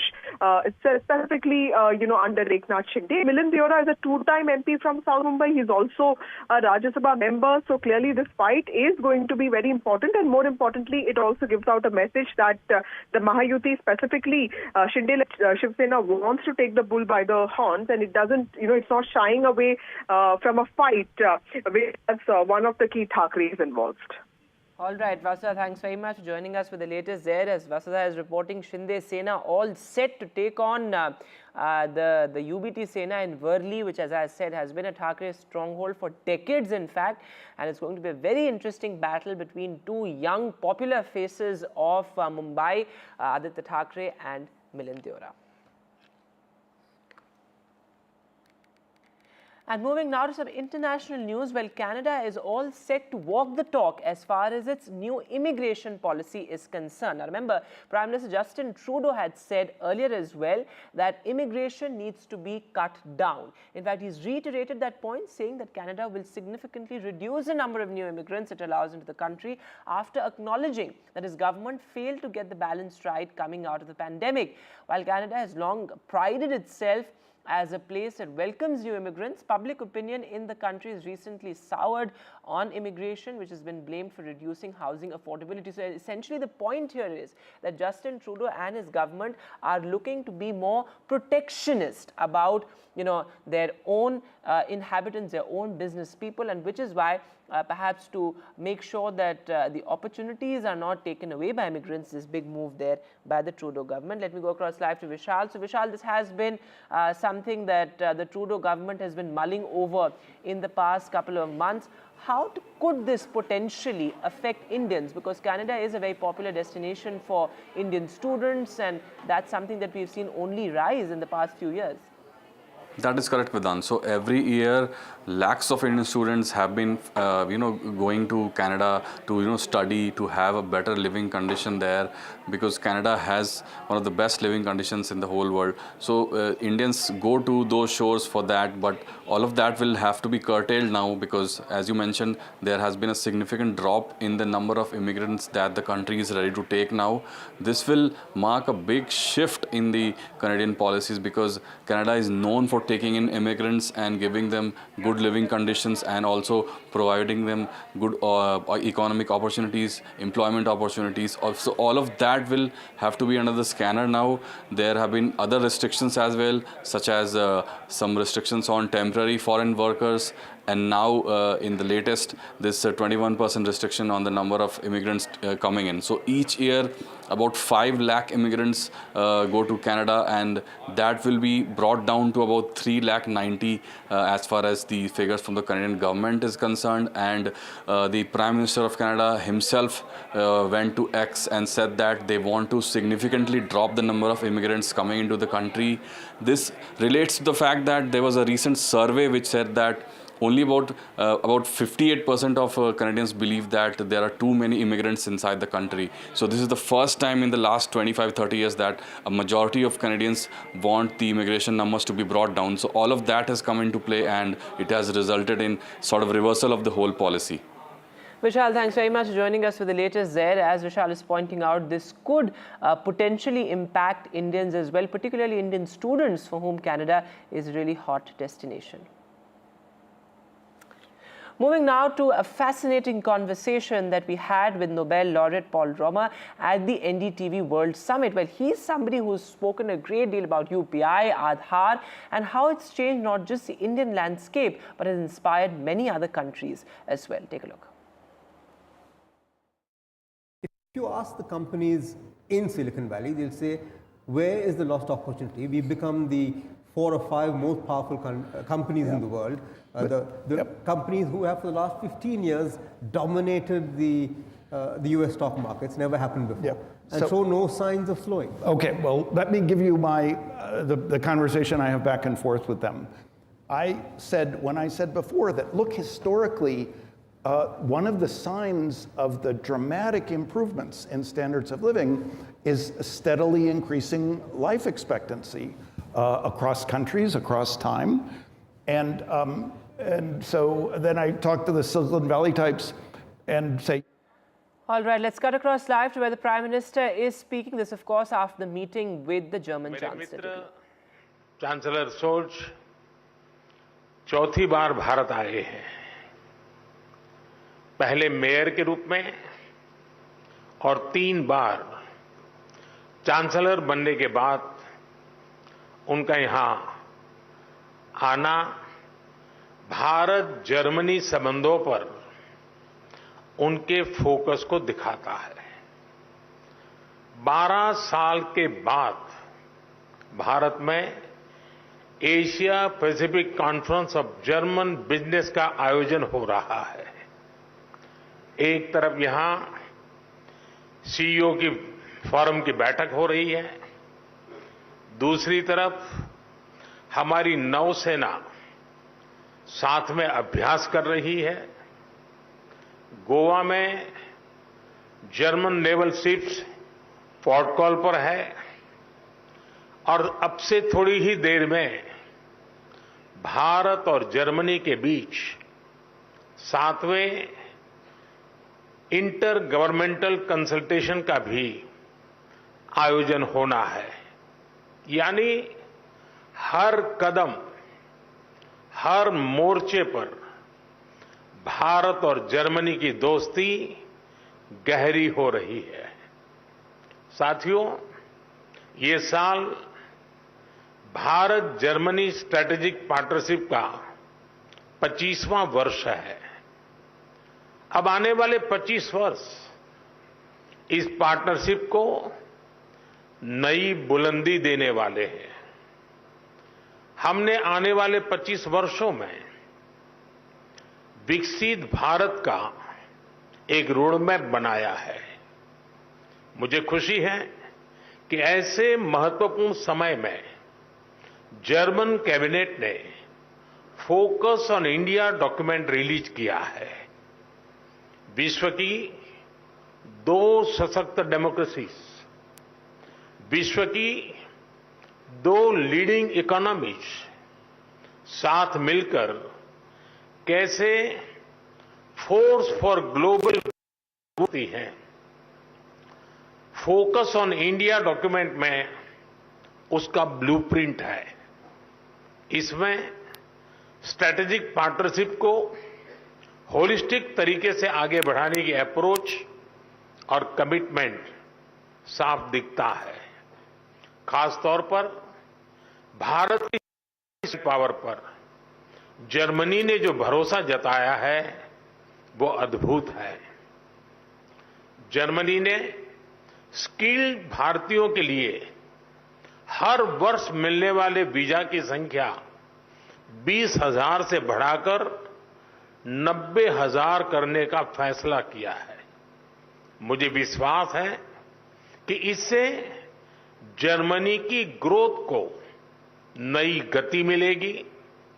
साथियों, हमारी आपसी व्यापार $30 billion से अधिक के स्तर पर पहुंच चुका है। आज एक तरफ सैकड़ों जर्मन कंपनियां भारत में हैं, तो वहीं भारतीय कंपनियां भी तेजी से जर्मनी में अपनी प्रेजेंस बढ़ा रही हैं। आज भारत डाइवर्सिफिकेशन और डी रिस्किंग का सबसे बड़ा केंद्र बनता जा रहा है। भारत ग्लोबल ट्रेड और मैन्युफैक्चरिंग का भी हब बन रहा है।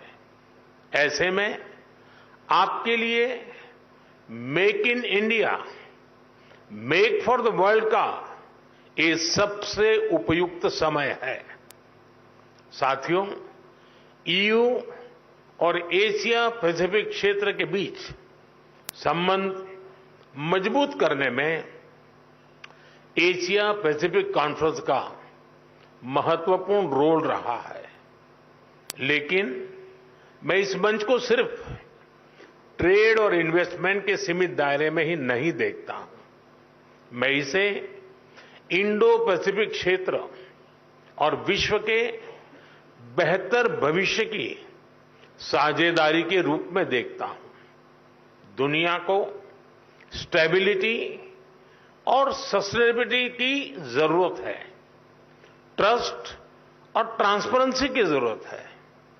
चाहे सोसाइटी हो या फिर सप्लाई चेन, हर मोर्चे पर इन वैल्यूज को बल देने की जरूरत है।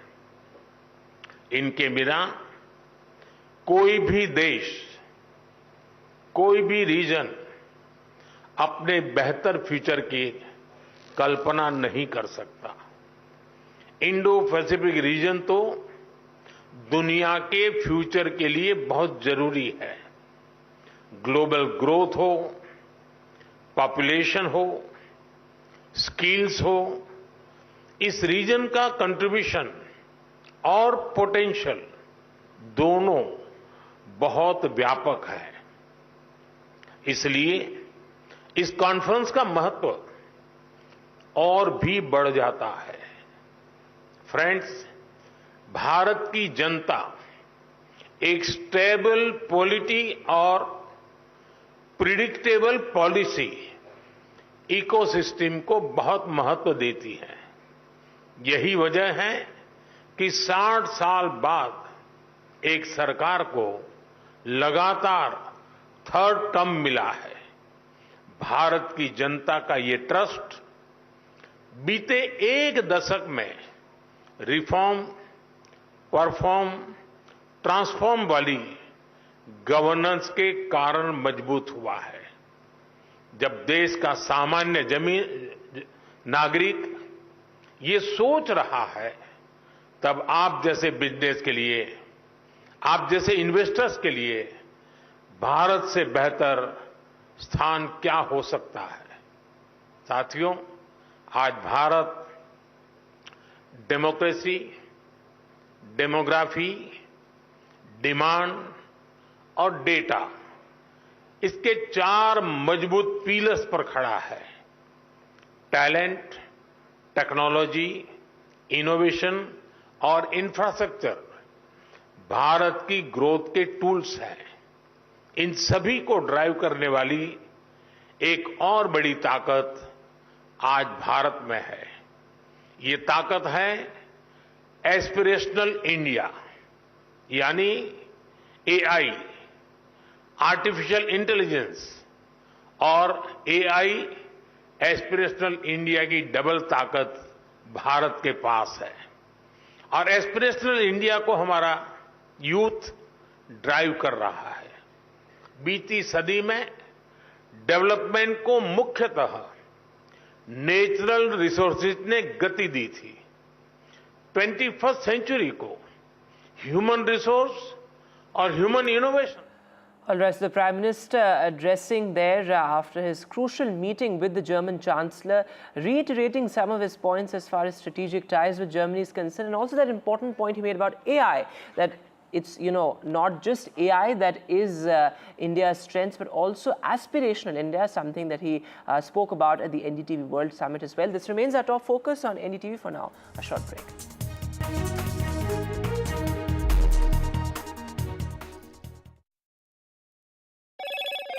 Hello, Moto. Motorola Edge 50 Pro, world's first AI-powered pro-grade camera.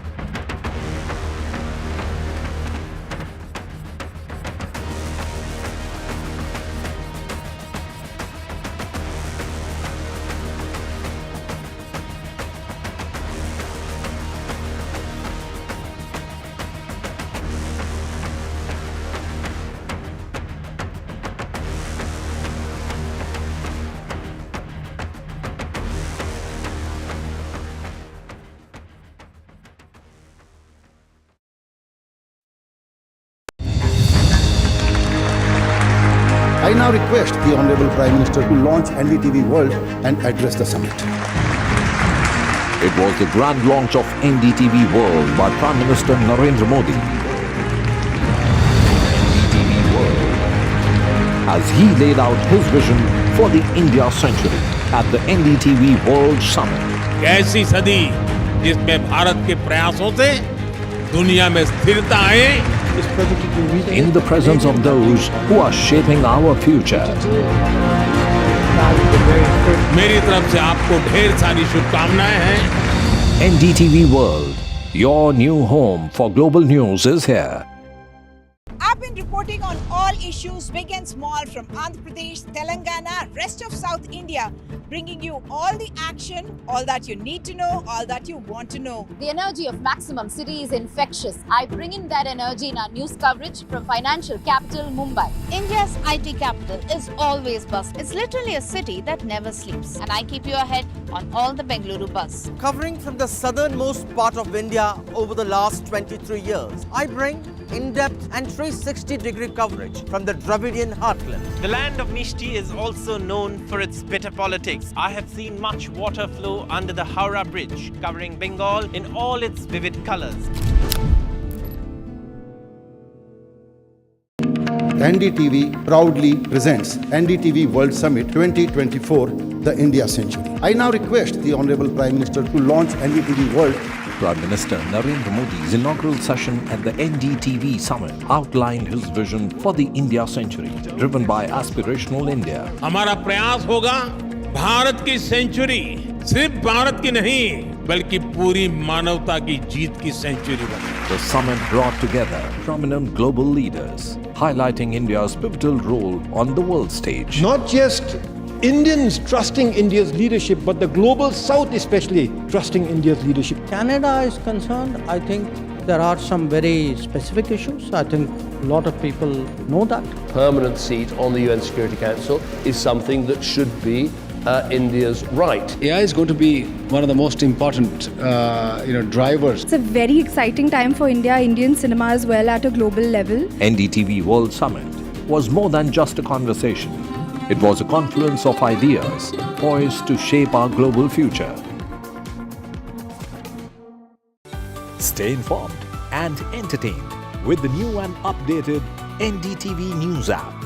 You can watch all our channels live, listen to podcasts, read breaking and exclusive news from around the world and more. Download the NDTV app today and get access to the best journalism and storytelling on your smartphone or tablet. The NDTV app. News that matters to you. NDTV proudly upholds its legacy of trust and credibility. According to the prestigious Reuters Institute's Digital News Report 2024, NDTV is the top-most news platform in the country. Number 1 in both online and offline reach in India, beating all its competition. NDTV stands for trust. New day, new show, a new experience. Start your day with the news, not views. We bring you stories that matter and impact your life. News that informs and keeps you ahead. From Maximum City, Mumbai, to the seat of power, Delhi, NDTV brings you the best breakfast show. Breakfast news on NDTV, 8 a.m. every day. तालियों के साथ हम स्वागत करेंगे आदरणीय मोदी जी का. छत्रपति शिवाजी महाराज की.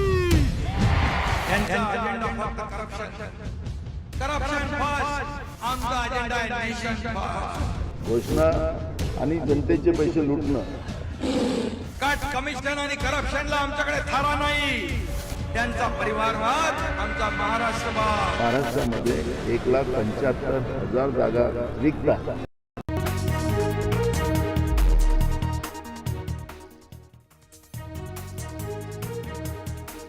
Pakistan pushes terror into Jammu and Kashmir as the government takes shape, and this is days after External Affairs Minister Jaishankar's visit. The Pakistan terror module is back. 11 lives have been lost in a matter of 1 week in Jammu and Kashmir.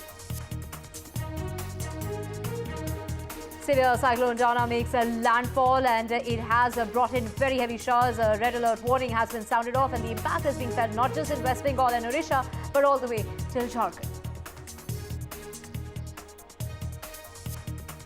As a paddy crisis in Punjab deepens, farmers continue to protest at 51 places, with the issue taking political overturns. It is the farmer organisation saying that farmers will resort to a roadblock at a few places in Punjab for an indefinite period.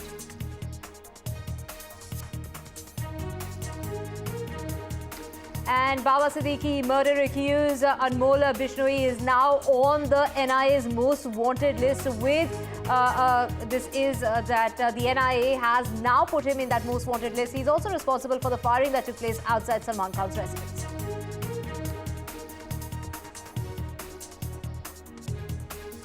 And Canada is set to slash the number of immigrants that it welcomes. Prime Minister Justin Trudeau makes this announcement in a sharp reversal for a country that bet big on immigration to boost economic prosperity and that has long cast itself as open to newcomers. German Chancellor is in India as part of his 3-day official visit. He is meeting with Prime Minister Modi as well and discussing talks also with the focus on boosting bilateral strategic ties, including the areas of defence, trade and clean energy.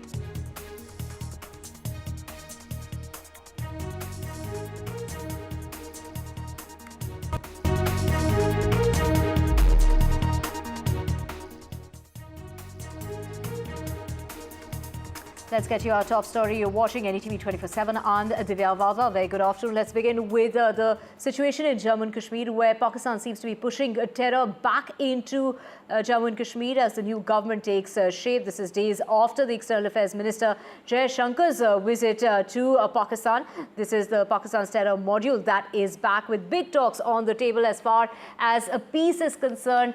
This was in regard to that visit of Jai Shankar in Pakistan for the SCO summit, and here we see that there are a uptake. We've seen an uptake in the number of attacks that are taking place. In the last 1 week alone, 11 lives have been targeted. 11 lives have been lost. These are innocent lives that have been lost, and Pakistan fails to walk the distance as India opens the door of peace. And Pakistan throws a terror challenge as far as the newly elected Chief Minister of J&K, Omar Abdullah, is concerned. And it is Jammu and Kashmir that chooses democracy, but it's Pakistan that is upping the terror attacks when it comes to Jammu and Kashmir.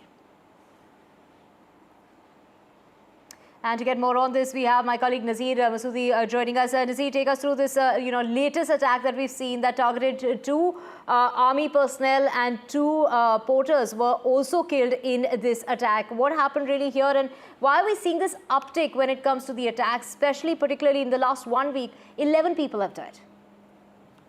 Well, this appears to be an ambush on army truck in a place called the Battapatri, which is near Gulmarg. It is in Baramulla district. This is area which has always seen free from militancy. It is an area which is closer to the line of country. But it is a restricted area, and how they have got into this area and then managed to escape, that remains a challenge and a mystery. And how could that happen? And normally, without proper shelters, people cannot survive in this area because of the very cold climate, and temperature goes several degrees below freezing point during the winters, and even this time as well. Having said that, this has become a pattern now. The Pakistan pushed in highly trained and heavily armed militants into the valley who appeared to be trained in mountain and jungle warfare. First, they carried out series of attacks on army and civilians in Jammu region. And the last major attack was in the Kishtwar during the elections, when 2 soldiers were killed, 2 others were injured in Kishtwar area. And then we see in the valley now, this was the attack on innocent civilians last week, when tunnel workers, including a doctor, they were killed, and 7 were killed, and 4 others were injured. 5 others were injured. And now we see this major attack. In between, there were some incidents about targeting migrant workers as well. But this clearly shows the pattern. Number one, target army in the mountains and target innocent civilians in the plains, and also vital infrastructure projects like the road tunnels, which was its workers were targeted at Gagangir in Sonamarg. This was a tunnel which connects, would ensure the around the year connectivity between Srinagar and Ladakh. Another tunnel is also coming up in the same area. It is a very key infrastructure project in that area. So security, they are targeting the infrastructure, they are targeting the army, they are targeting the innocent civilians. And that too at a time when we know people have actually decisively defeated violence. Violent forces, they have chosen democracy, came out in large numbers, elected a new government, even as this government in Jammu and Kashmir doesn't have a control over the security, because so long it remains a union territory, law and order and the security is the subject with the central government, and here it's with the Lieutenant Governor. After the attack, Lieutenant Governor has said that he has spoken to the top army officers to take swift action and eliminate those who are behind this attack. But before that, also yesterday, there was a high-level security review meeting, unified headquarters meeting that was chaired by Lieutenant Governor following the attacks. They have said their strategy will be divided to eliminate militancy. But clearly, this militancy is not like the ragtag militancy we used to have in the valley. Pakistan appears to be sending highly trained militants, which we have been reporting for the last few years, particularly in Jammu. Now it appears to be again shifting back to the north of the Pir Panjal in the valley. And that remains a challenge. What they want to do, they want to bog down the security structure. And clearly, people have been talking about, well, Pakistan is talking about peace. Nawaz Sharif talked about peace.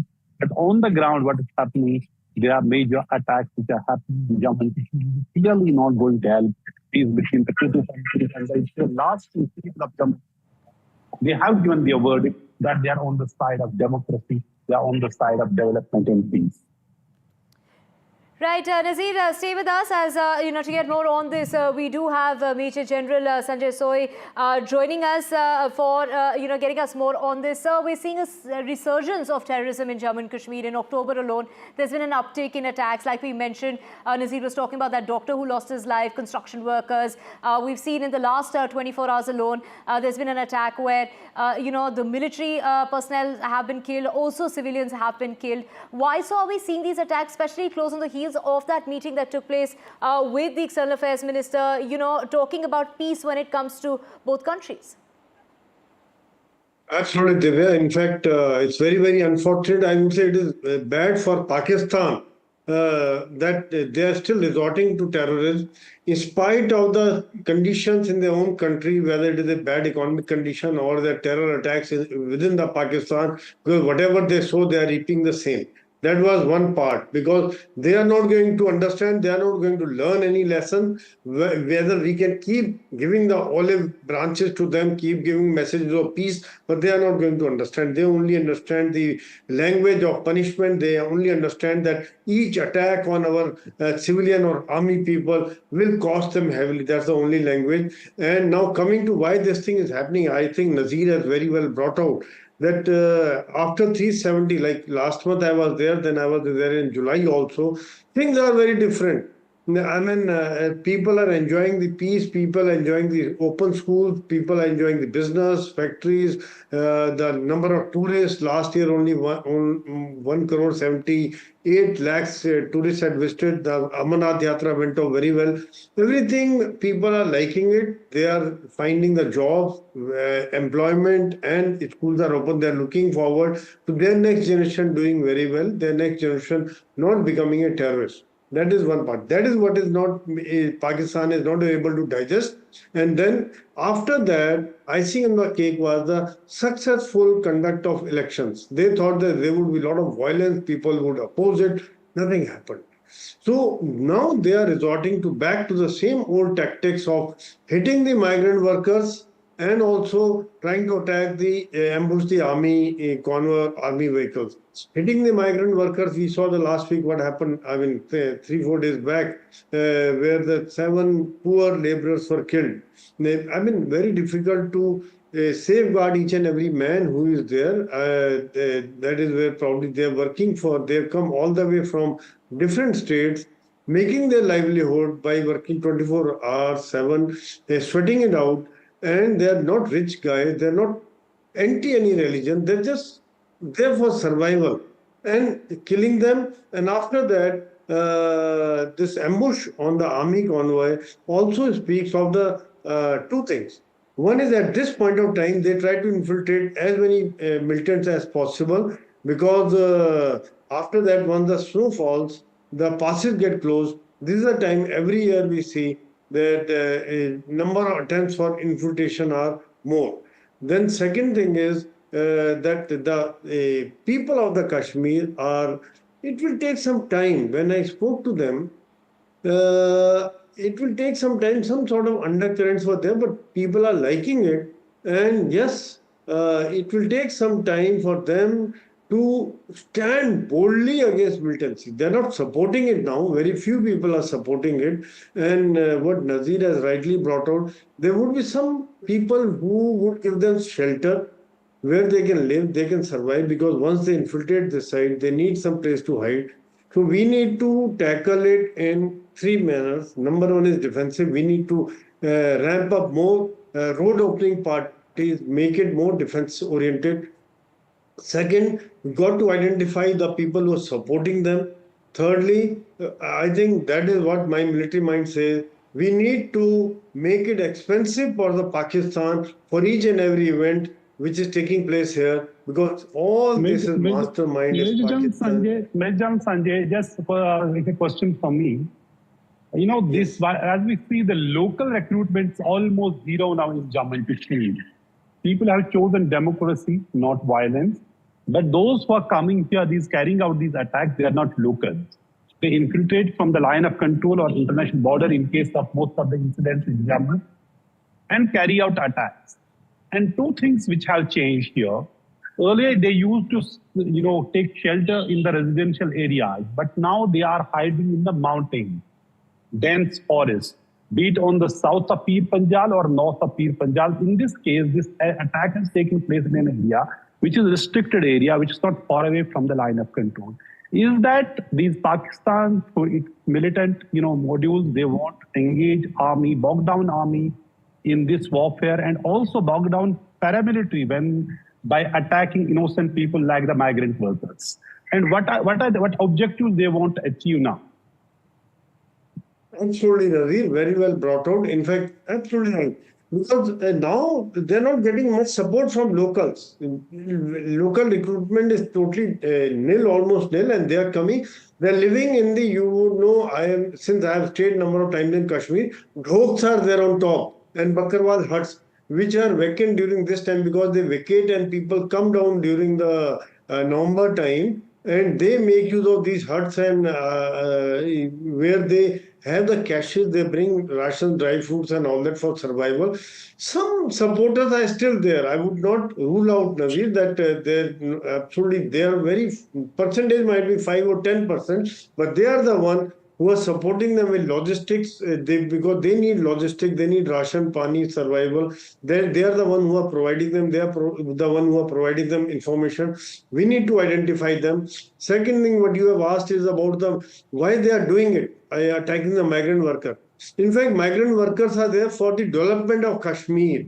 They are come all the way from different parts of country. So again, people will not accept the attack on these poor migrant workers. That is not Kashmiriyat. Nazeer, you are Kashmiri. I have had 7 tenures in Kashmir. I know they are absolutely, totally different. There is not the thought process to kill some poor man, poor laborer. They can never think of. So that is not Kashmir. That is where probably the people from outside are involved. Who wants to spoil the name of the Kashmir? They want to bring out that Kashmir is still not safe, in spite of removal of Article 370, in spite of people enjoying the democracy. They voted in large numbers. So they want to drive away, push them out of fear, so that these migrant workers go back and the development work comes to an halt. And they are also spreading a false message that local Kashmiri is not getting this work. I am telling you, there's so much of work in Kashmir. Sanjay, right. John Sanjay, but the larger question remains, since all these highly trained, these militants are coming from Pakistan, is how to seal the border, how to prevent the infiltration. In 2003, after 2003 ceasefire, the fencing was erected on the line of control. And that greatly stopped the infiltration. But now it appears that is not now as effective as it used to be like 2 decades back. So what would it take, for the army to prevent infiltration and prevent these highly trained militants who many of them appear to be the, veterans from the Pakistan army. Many of them appear to be veterans from the other conflicts like in Afghanistan, what army has said in the past. So what would it take to stop this type of militancy so that it doesn't create more violence in Jammu and Kashmir? Yes, Nadeer, in fact, very important. In fact, that's what I said, we got to work on many fields. One is stop the infiltration on the border. At times, very difficult to stop the infiltration completely, because, the Israel had such high-tech systems, they also could not stop. There were tunnels, there were jungle, like in our area, in Gurez area, that area is so widespread and jungles are there. Then some areas are there where they make use of nalas. They keep observing the pattern of fence wherever they find a gap. Then they try to infiltrate in small groups, and then you never know, they might be coming from other states also. After having come through Nepal, having come through the other borders, then come into the Kashmir and get the weapons through drones or through some couriers who bring some weapons, or some weapon caches are there. So that is one point. We need to work more on checking the infiltration. Second, we got to ramp up our intelligence more. Thirdly, we need to work on the road opening parties like this kind of ambush has taken place. Fourthly, we got to be proactive so that whosoever is supporting whatever with the intelligence, better intelligence, whatever inputs we get who are supporting it, we got to nab them. And yes, as I said earlier, we got to make it expensive for Pakistan. Fortunately, at present, since I'm from army, I know the police, J&K police is doing an excellent job. Their SOGs are taking a lot of risk, going in the remote areas, jungle areas, carrying out joint operations. Without the support of Jammu and Kashmir police, it is very, very difficult, Nadeer. My hats off to Jammu and Kashmir police because they are from that area. They have the risk, their family live there. So that they are also a big support and joint operations are giving a lot of success to us and locals are also providing a lot of information. Right, absolutely. Since we're seeing a change in the way they are operating as far as these terror attacks are concerned, spreading to areas which are relatively safer. Thank you so much, sir, for speaking to us here on NDTV. And of course, it was Omar Abdullah, the Chief Minister, who reacted and condemned this attack. But his father, Farooq Abdullah, has gone ahead and said that Pakistan should seek a path of friendship. So it is Farooq Abdullah who's gone on to say that we do know where these attacks are coming from, where these terrorists are coming from, and it is Pakistan that's destroying itself and should seek a path of friendship. Let's listen in to Farooq Abdullah. इस रियासत में ये होते रहे, मैंने ये आज 30 साल से देख रहा हूँ और बेगुनाह मारे जाते हैं और हम पाकिस्तान का हिस्सा बनने वाले नहीं हैं। तो ये कर किस लिए रहे हैं? हमारे मुस्तकबिल को ख़राब करने के लिए, बर्बाद करने के लिए। वो खुद बर्बाद हो रहे हैं, हमें भी साथ बर्बाद कर रहे हैं। और ये मैं उनसे जो इसमें घायल हुए हैं, शहीद हुए हैं, उनको श्रद्धांजलि पेश करता हूँ और उनके ख़ानदानों से माफ़ी मांगता हूँ कि ये हो रहा है। Right, of course, there Farooq Abdullah talking about how Pakistan, in fact, is destroying itself, calling out this attack, of course, saying that, wishing those who have been injured to a speedy recovery. Do remember, in the latest attack, 2 civilians were killed. Those were 2 porters. 2 army personnel have been killed and 3 others have been injured. And of course, it is Omar Abdullah who has condemned these attacks as well, the newly elected Chief Minister, who has called these cowardly attacks, called out on these cowardly attacks and said that there is a very key infrastructure project. This was in regard to the laborers who died along with that doctor in the last attack since he took office. So a major, breach as far as these attacks are concerned. This, of course, comes on the heels of the visit of Jaishankar to Pakistan. And here Farooq Abdullah saying that we do not want to be part of Pakistan, something that he has been reiterating for the longest time. He's gone on to say that Pakistan is destroying itself and should seek a path of friendship instead.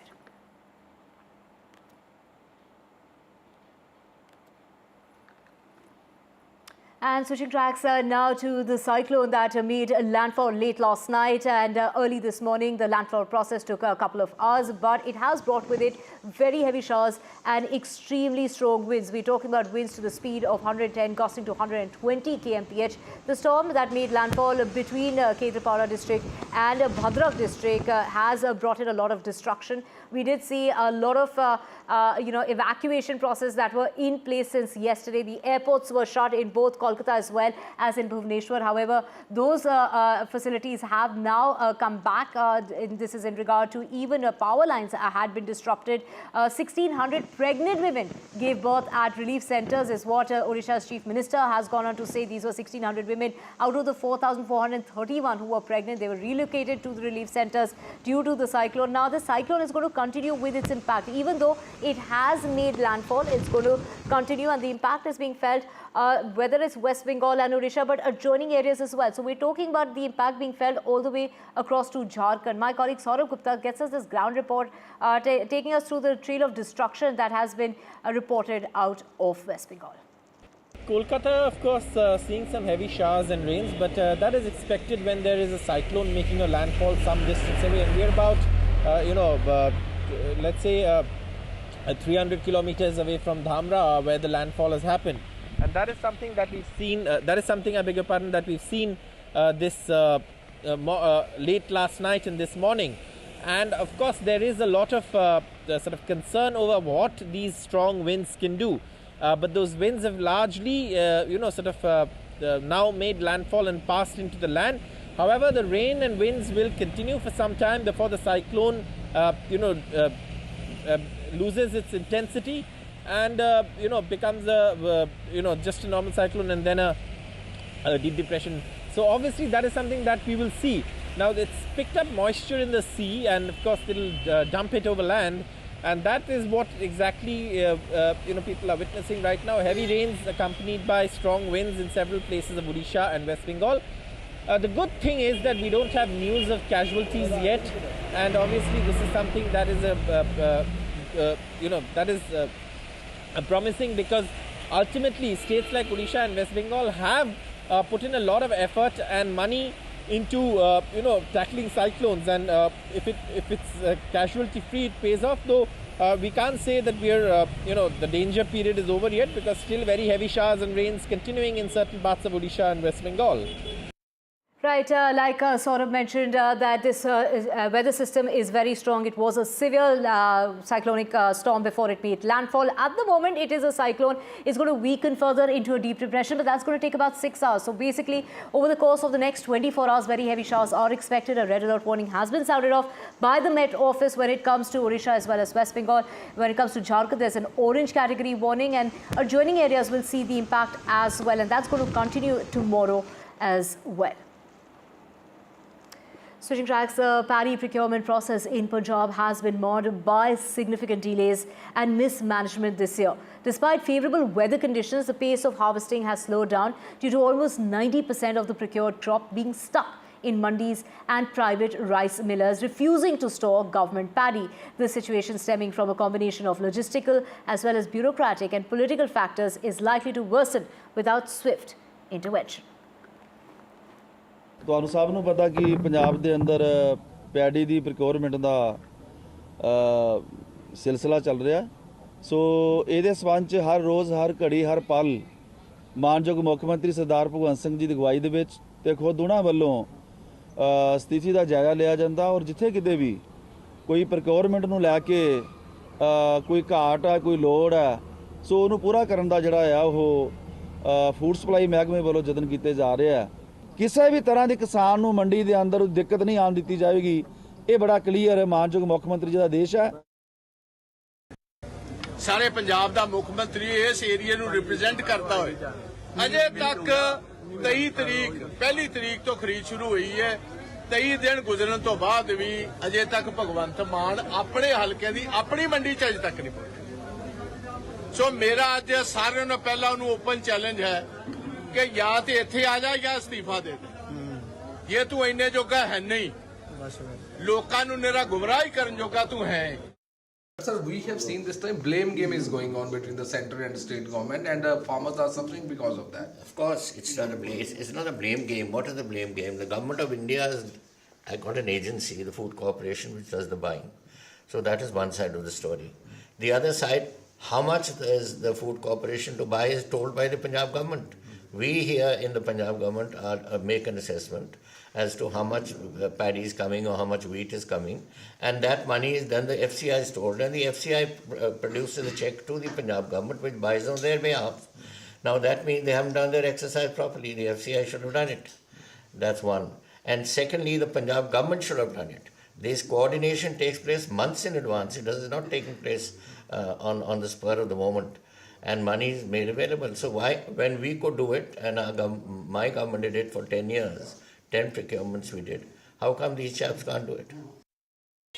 Well, yes, of course, this crop lifting has become one of the major political issue in the state of Punjab, and we have seen the farmers, they say they don't have any resort at this point of time. They are forced to go for blockage of our various roads in Punjab. We have seen yesterday they held a press conference where they had already claimed they are suffering because this crop is not being lifted from our various mandis, and so many times they have already held a various meeting with the various officers, but they are not able to find out any solution for this thing. We have seen today the former Chief Minister of Punjab, Captain Amrinder Singh, he is also visiting Khanna Mandi. That is also one of the largest mandi which is in Punjab, in Khanna district, where he is already going to take a stock of situation. At the same time, we have seen whether it's the center or the state government, they have been claiming they want that there should be smooth lifting of crop from the various mandis, but we have seen a lot of issues which the farmers have already been raised, and now this issue has already become a political issue in the state of Punjab. We have seen one side, Aam Aadmi Party has been claiming they are trying to give all the help to the farmers, and they are trying to lift the crop from the various mandis so that the farmers should not face any problem.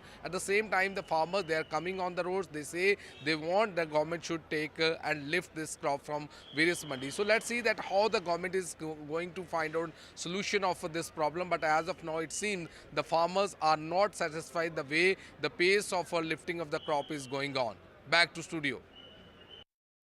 So much, Gurpreet, for getting us all those details. And switching tracks now to Maharashtra and his Deputy Chief Minister Devendra Fadnavis, who is all set to file his nomination papers from Nagpur Southwest seat, and that's going to be taking place very soon. Well, this is the BJP that's already released its first list of candidates for the upcoming elections in the state of Maharashtra on the 20th of November. And as per the BJP release, the party's Nagpur South candidate Mohan Mate and Nagpur East candidate Krishna Khopade will also be filing their nominations at the Nagpur district.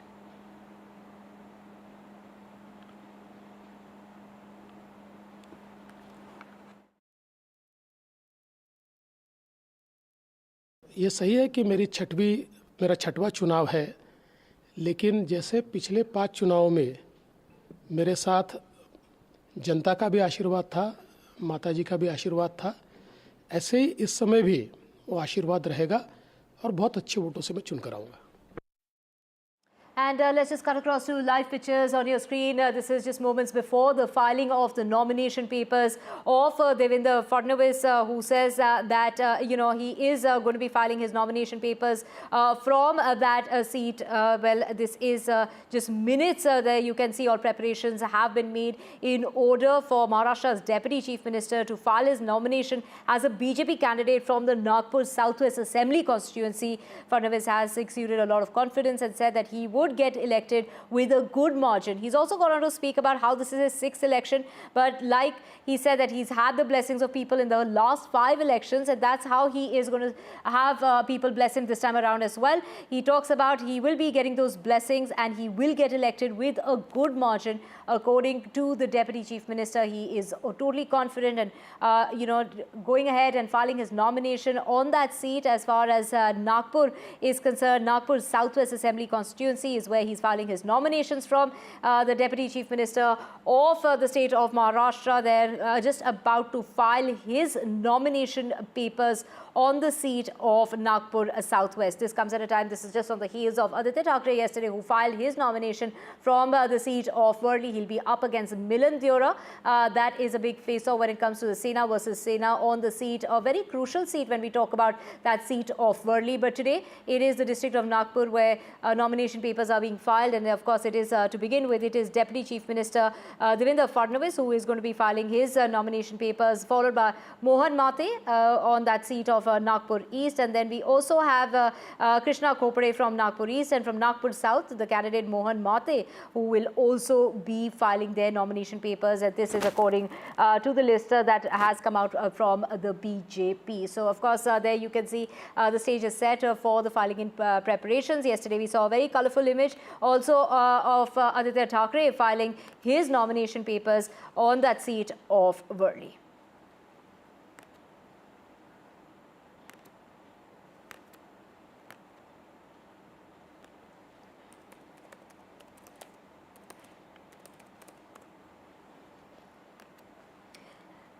And we have my colleague Sanjay Tiwari joining us. Sanjay, the stage is set. Filing is going to take place as far as the nomination papers are concerned by the Deputy Chief Minister of the state of Maharashtra, who says he's very hopeful. He's been getting the blessings of the people of the state over the last 5 elections, and he says it's going to be no different this time around.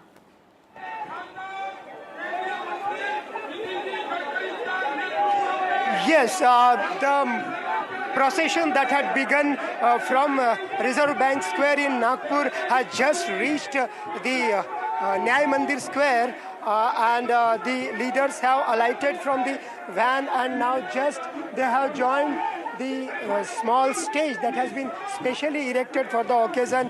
Now Devendra Fadnavis, Nitin Gadkari, the Maharashtra State Unit President Chandrasekhar Bawankule, and we can also see many other leaders, including the leaders, member leaders of the Mahayuti, People's Republican Party, Jogendra Kavade, and leaders from Eknath Shinde's Shiv Sena and Ajit Pawar's Rashtravari faction, and many other local political office bearers and workers in thousands have reached here, gathered here, and this is less than a political rally and more like a celebration. Flags of different political parties and specially erected stage that we can see. Now soon the leaders will start addressing the crowd one by one before they leave for the district collector office, where they will be filing their nominations. Right, Devendra Fadnavis was heard saying that, everybody has seen the work that they've been doing, the speed at which they work, and which is what they're really going to be, basing everything this time around as far as these elections are concerned. We will contest the elections on that very agenda of, that the agenda is very, very strong, is what we heard Devendra Fadnavis say. Take us through the popularity that Devendra Fadnavis shares in the state of Maharashtra.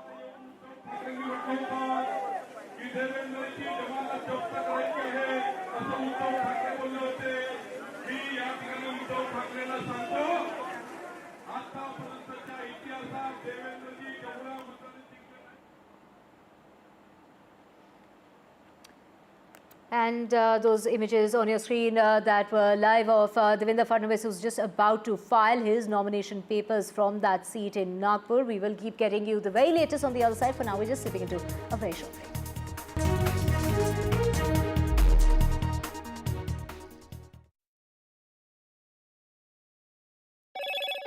Hello, Moto. Motorola Edge 50 Pro. World's first AI-powered pro-grade camera.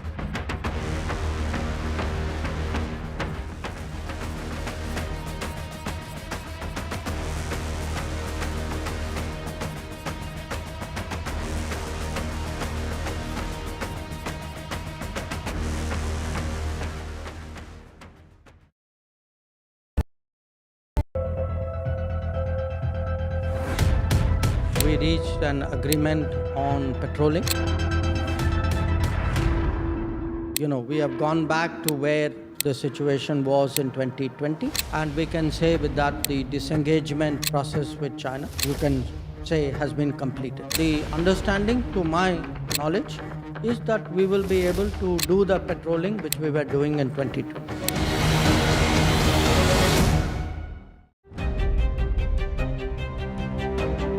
Hello and welcome to India Sense, where I speak with global opinion makers. The United States has made a strategic decision over the last 20 years to move closer to India. Our $7 trillion economy seems a perfectly conceivable number. If you want to be a national party, it's that you sort of accept the way the world is rather than want to endlessly hark back to how it was. Modi is promoting the digitization of the economy, which is accelerating growth in the country.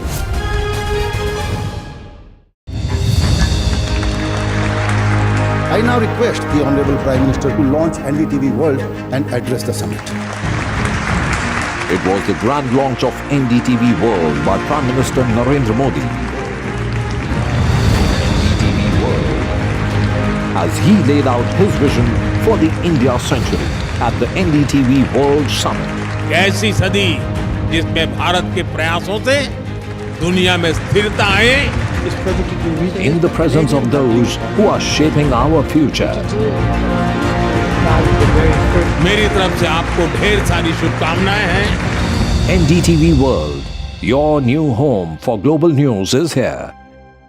I've been reporting on all all issues big and small from Andhra Pradesh, Telangana, rest of South India, bringing you all the action, all that you need to know, all that you want to know. The energy of Maximum City is infectious. I bring in that energy in our news coverage from financial capital Mumbai. India's IT capital is always buzz. It's literally a city that never sleeps. And I keep you ahead on all the Bengaluru buzz. Covering from the southernmost part of India over the last 23 years, I bring in-depth and 360-degree coverage from the Dravidian heartland. The land of Mishti is also known for its bitter politics. I have seen much water flow under the Howrah Bridge, covering Bengal in all its vivid colors. NDTV proudly presents NDTV World Summit 2024, the India Century. I now request the Honorable Prime Minister to launch NDTV World. Prime Minister Narendra Modi's inaugural session at the NDTV Summit outlined his vision for the India Century, driven by aspirational India. हमारा प्रयास होगा भारत की century सिर्फ भारत की नहीं बल्कि पूरी मानवता की जीत की सेंचुरी बने. The summit brought together prominent global leaders, highlighting India's pivotal role on the world stage. Not just Indians trusting India's leadership, but the global South especially trusting India's leadership. Canada is concerned, I think there are some very specific issues. I think a lot of people know that. Permanent seat on the UN Security Council is something that should be India's right. AI is going to be one of the most important, drivers. It's a very exciting time for India, Indian cinema as well at a global level. NDTV World Summit was more than just a conversation.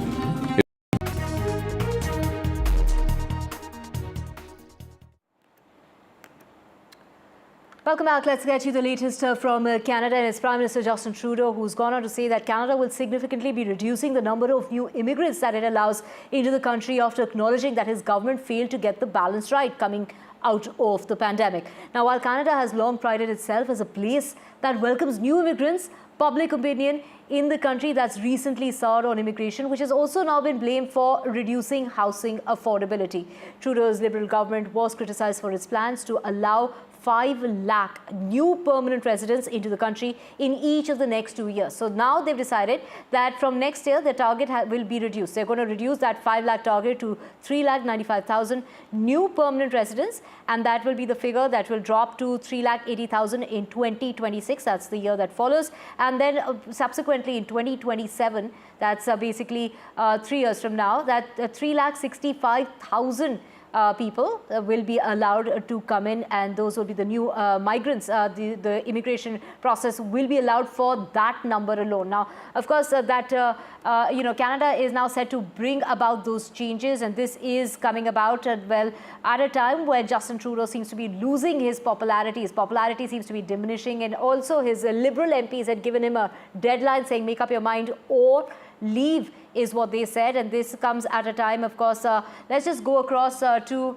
Varun Singh, immigration expert, who takes us through what does this really mean when we talk about these changes that are being introduced. This is a temporary measure from what we're hearing, aims to, pause the population growth, allowing the economy to catch up and ensuring that the system works effectively for all Canadians. What does this really mean for Indian students passing out of schools, perhaps who are banking on a college degree in Canada? Yeah, hi. Thank you so much. See, this changes is a little political bias change, and as we are seeing recently changes for the visas and the quotas and the abilities, not just only about the job opportunities, the entire ecosystem helps to run a balanced life. And Canada has been an immigrant country, not from today, from ages. And entire immigration happens. The country runs on immigrant economy and the opportunities what they have. So as of now, I believe the government should have the stable governance first of all, because the immigration, India is the largest contributor compared to China and Vietnam and other countries, and Indians, they are living there all in all the sectors. So opportunity-wise, I believe this is the most crucial time for Indians to look into Canada, because as of now, the opportunity which we are seeing, the challenges for the students, the jobs scarcities, the housing scarcities, this all needs to be fixed by the proper governance. And this, I believe, once this is not fixed, the entire movement and entire traffic for Canada will divert to some other countries. And because the psychology works here, and there is a fear as of now for the Indians there that what will happen after studies and what will happen if they don't get the PR or the jobs. So this is where I believe the government has to take the initiative to solve this. Otherwise, as an immigration consultant, we have thousands of families, but I see that there will be a big setback for Indian families who are looking for Canada as their prime destination for migration. Right. Would you say that this is basically based on the challenges that Canada is facing, or is this the timing of it? Can we question that to begin with? We saw a similar announcement made by Rishi Sunak when, during the time of elections in the United Kingdom, and now we're seeing similar situation here of unfolding in Canada, and of course, this is in the run-up to the elections that will be held. Absolutely. As I mentioned this is all political movement, and it is biased by the political move. But we have seen this in Canada. Even I am a Canadian resident, so I've seen this challenges in Canada from last. This is not now. This is from last 5-6 years, mainly after COVID. But the challenge is there, and this needs to be fixed. That's why this has been escalated up to this level. And the quotas, what they are talking about, and the reducing the quotas, there are huge backlogs in the embassies. They are not clearing the files. There are a lot of families, their spouses, parents. They are struggling for clearing this of the cloud of Trudeau, which has happened due to political imbalance. But according to me, if this is settled, then Canada is always a top destination for Indians and students to migrate and to study there. So the government should take an initiative to solve this. Otherwise, this will become a big setback for Indians too. Right, like you said, of course, Canada is one of the preferred destinations when it comes particularly to students. Take us through how, things were easy in the past, but, all that is set to change. See, because there is a limited number of availabilities in the universities and colleges, and after that there's a job seekers. The government has made some changes, favorable changes in the past, but in the last changes which happened, they increased the entire GIC amount, which is your security deposits, and then the number of visas were not coming on time, so students were missing their batches and their curriculums. This was there, and there are a lot of small size colleges which has been operating, and they were not able to fulfill the quality students outcome. So that's why there is in the last 5, 7, 10 years there has been a huge flow of students, but the students were not going mainly for the studies; they were going for the jobs and for a better life.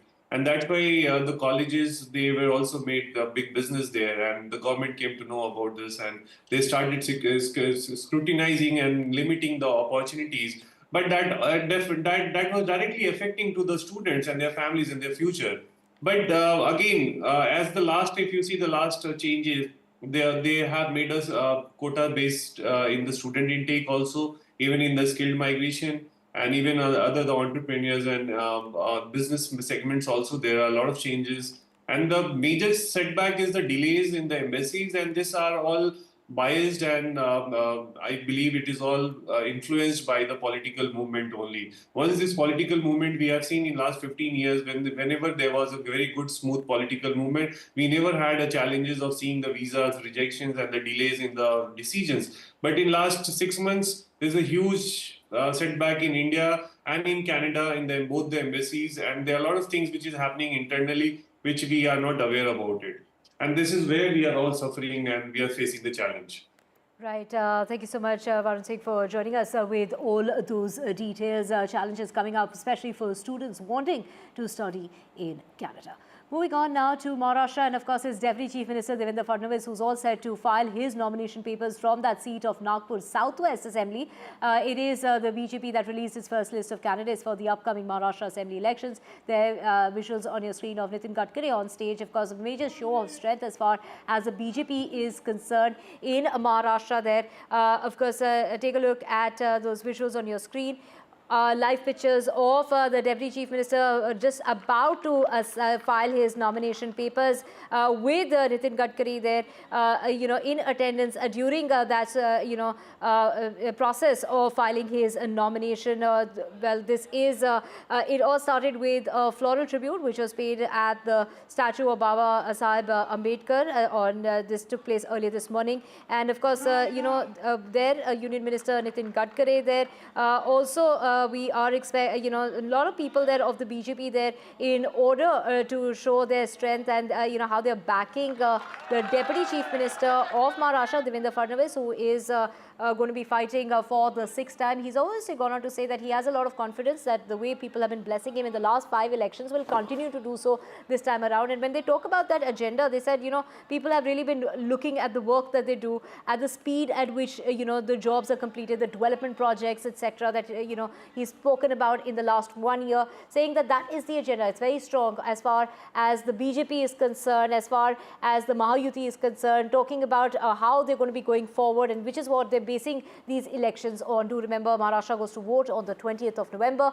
and counting will take place on the 23rd.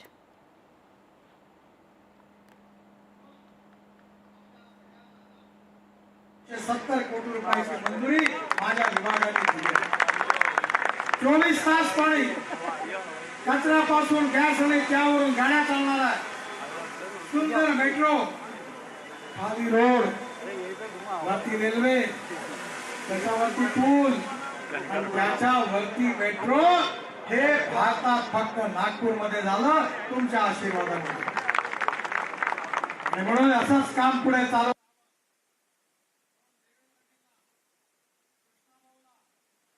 मोहनजीला तुम्ही आशीर्वाद द्यावे. आज त्यांचा form भरण्याकरता आम्ही चाललो आहे आणि त्याचबरोबर बाकीचे जे उमेदवार उभे राहणार आहे महायुतीचे, त्या सगळ्यांना आपण विजयी करावं अशी विनंती करतो आणि माझं बोलणं संपवतो. माझ्याबद्दल जोरात बोला. भारत माता की, भारत माता की, भारत माता की, भारतीय जनता पार्टी, महायुतीचा, महायुतीचा. नमस्कार, धन्यवाद. Visuals on your screen of Nitin Gadkari along with Deputy Chief Minister of the state, Devendra Fadnavis there, who is just going ahead and filing his nomination papers from the Nagpur Southwest Assembly constituency. Of course, at the time also, we're also expecting the party's Nagpur South candidate Mohan Mate and Nagpur East candidate Krishna Khopade also will be filing their nomination papers just after Deputy Chief Minister's filing of his nomination papers there in Maharashtra. Let's switch tracks and breaking news coming in now. There is another soldier who has died in the attack that took place in Gulmarg. This is a terror attack that took place on an army vehicle that was supplying, loaded with supplies, and there were 2 army personnel who had died. Now a 3rd army personnel has died. 2 porters have also died in this recent terror attack that's unfolded in Baramulla. Well, the death toll has now risen to 5. One more soldier has come to his death. Now the death toll has risen. It's climbed to 5. 2 injured, including 1 porter, were under treatment, but 1 soldier has now died in the process. And we have Neeta joining us to get us more on this. Neeta, we're seeing an uptick in the kind of attacks we're seeing, especially since the newly elected government. We're talking about this latest attack in which civilians and army personnel both have died. Now 3 army soldiers have lost their lives in this attack. Yes, the attack took place in Butapatri area of Gulmarg, which is close to LOC and is surrounded by a dense forest. It's interesting, it came just barely few hours after the unified headquarters meeting was held in Srinagar's Raj Bhavan. And that meeting, top officials, security officials of multiple agencies attended this high-profile meeting, and attacks was then reported after a few hours. As per sources, the vehicle that came under attack was the part of an army convoy which was moving in an area. Earlier, 2 porters and 2 soldiers lost their lives. Now, what we are learning is that 1 more soldier also succumbed to his injuries. Yesterday, there was a brief fight which took place between the army and the terrorists in Butapatri area. And so was also reported by Army Srinagar-based 15 Corps. They posted on X that this exchange of fire had taken place. After this incident was reported, the Chief Minister of Jammu and Kashmir, Omar Abdullah, also, questioned the spate of attacks, and they also said that it was very unfortunate. Earlier, just 6 days back, there was an attack at Ganderbal area also. In that also, non-migrants were targeted, in which 6 of them had lost their lives, including a doctor of that area. Yesterday also there was another attack on a non-migrant in Tral area also. So such attacks are obviously worrisome for the establishment there, for the administration there, including the newly elected government also. The infiltration attempts, as they are going up, those are also causing a worry among the security officials which are operating in that area. Divya? Right, Neeta, one more soldier has died in that terror attack that took place in Baramulla, taking the death toll to 3 soldiers now. To remember, 2 porters had also died and 2 other people continue to remain injured who are undergoing a treatment. Neeta, we will keep coming back to you for more on that. Switching tracks to some more news, and it's former Indian women's hockey team captain Rani Ram who announced her retirement, ending a 16-year career. The 29-year-old will sign off as one of India's most decorated hockey players after leading the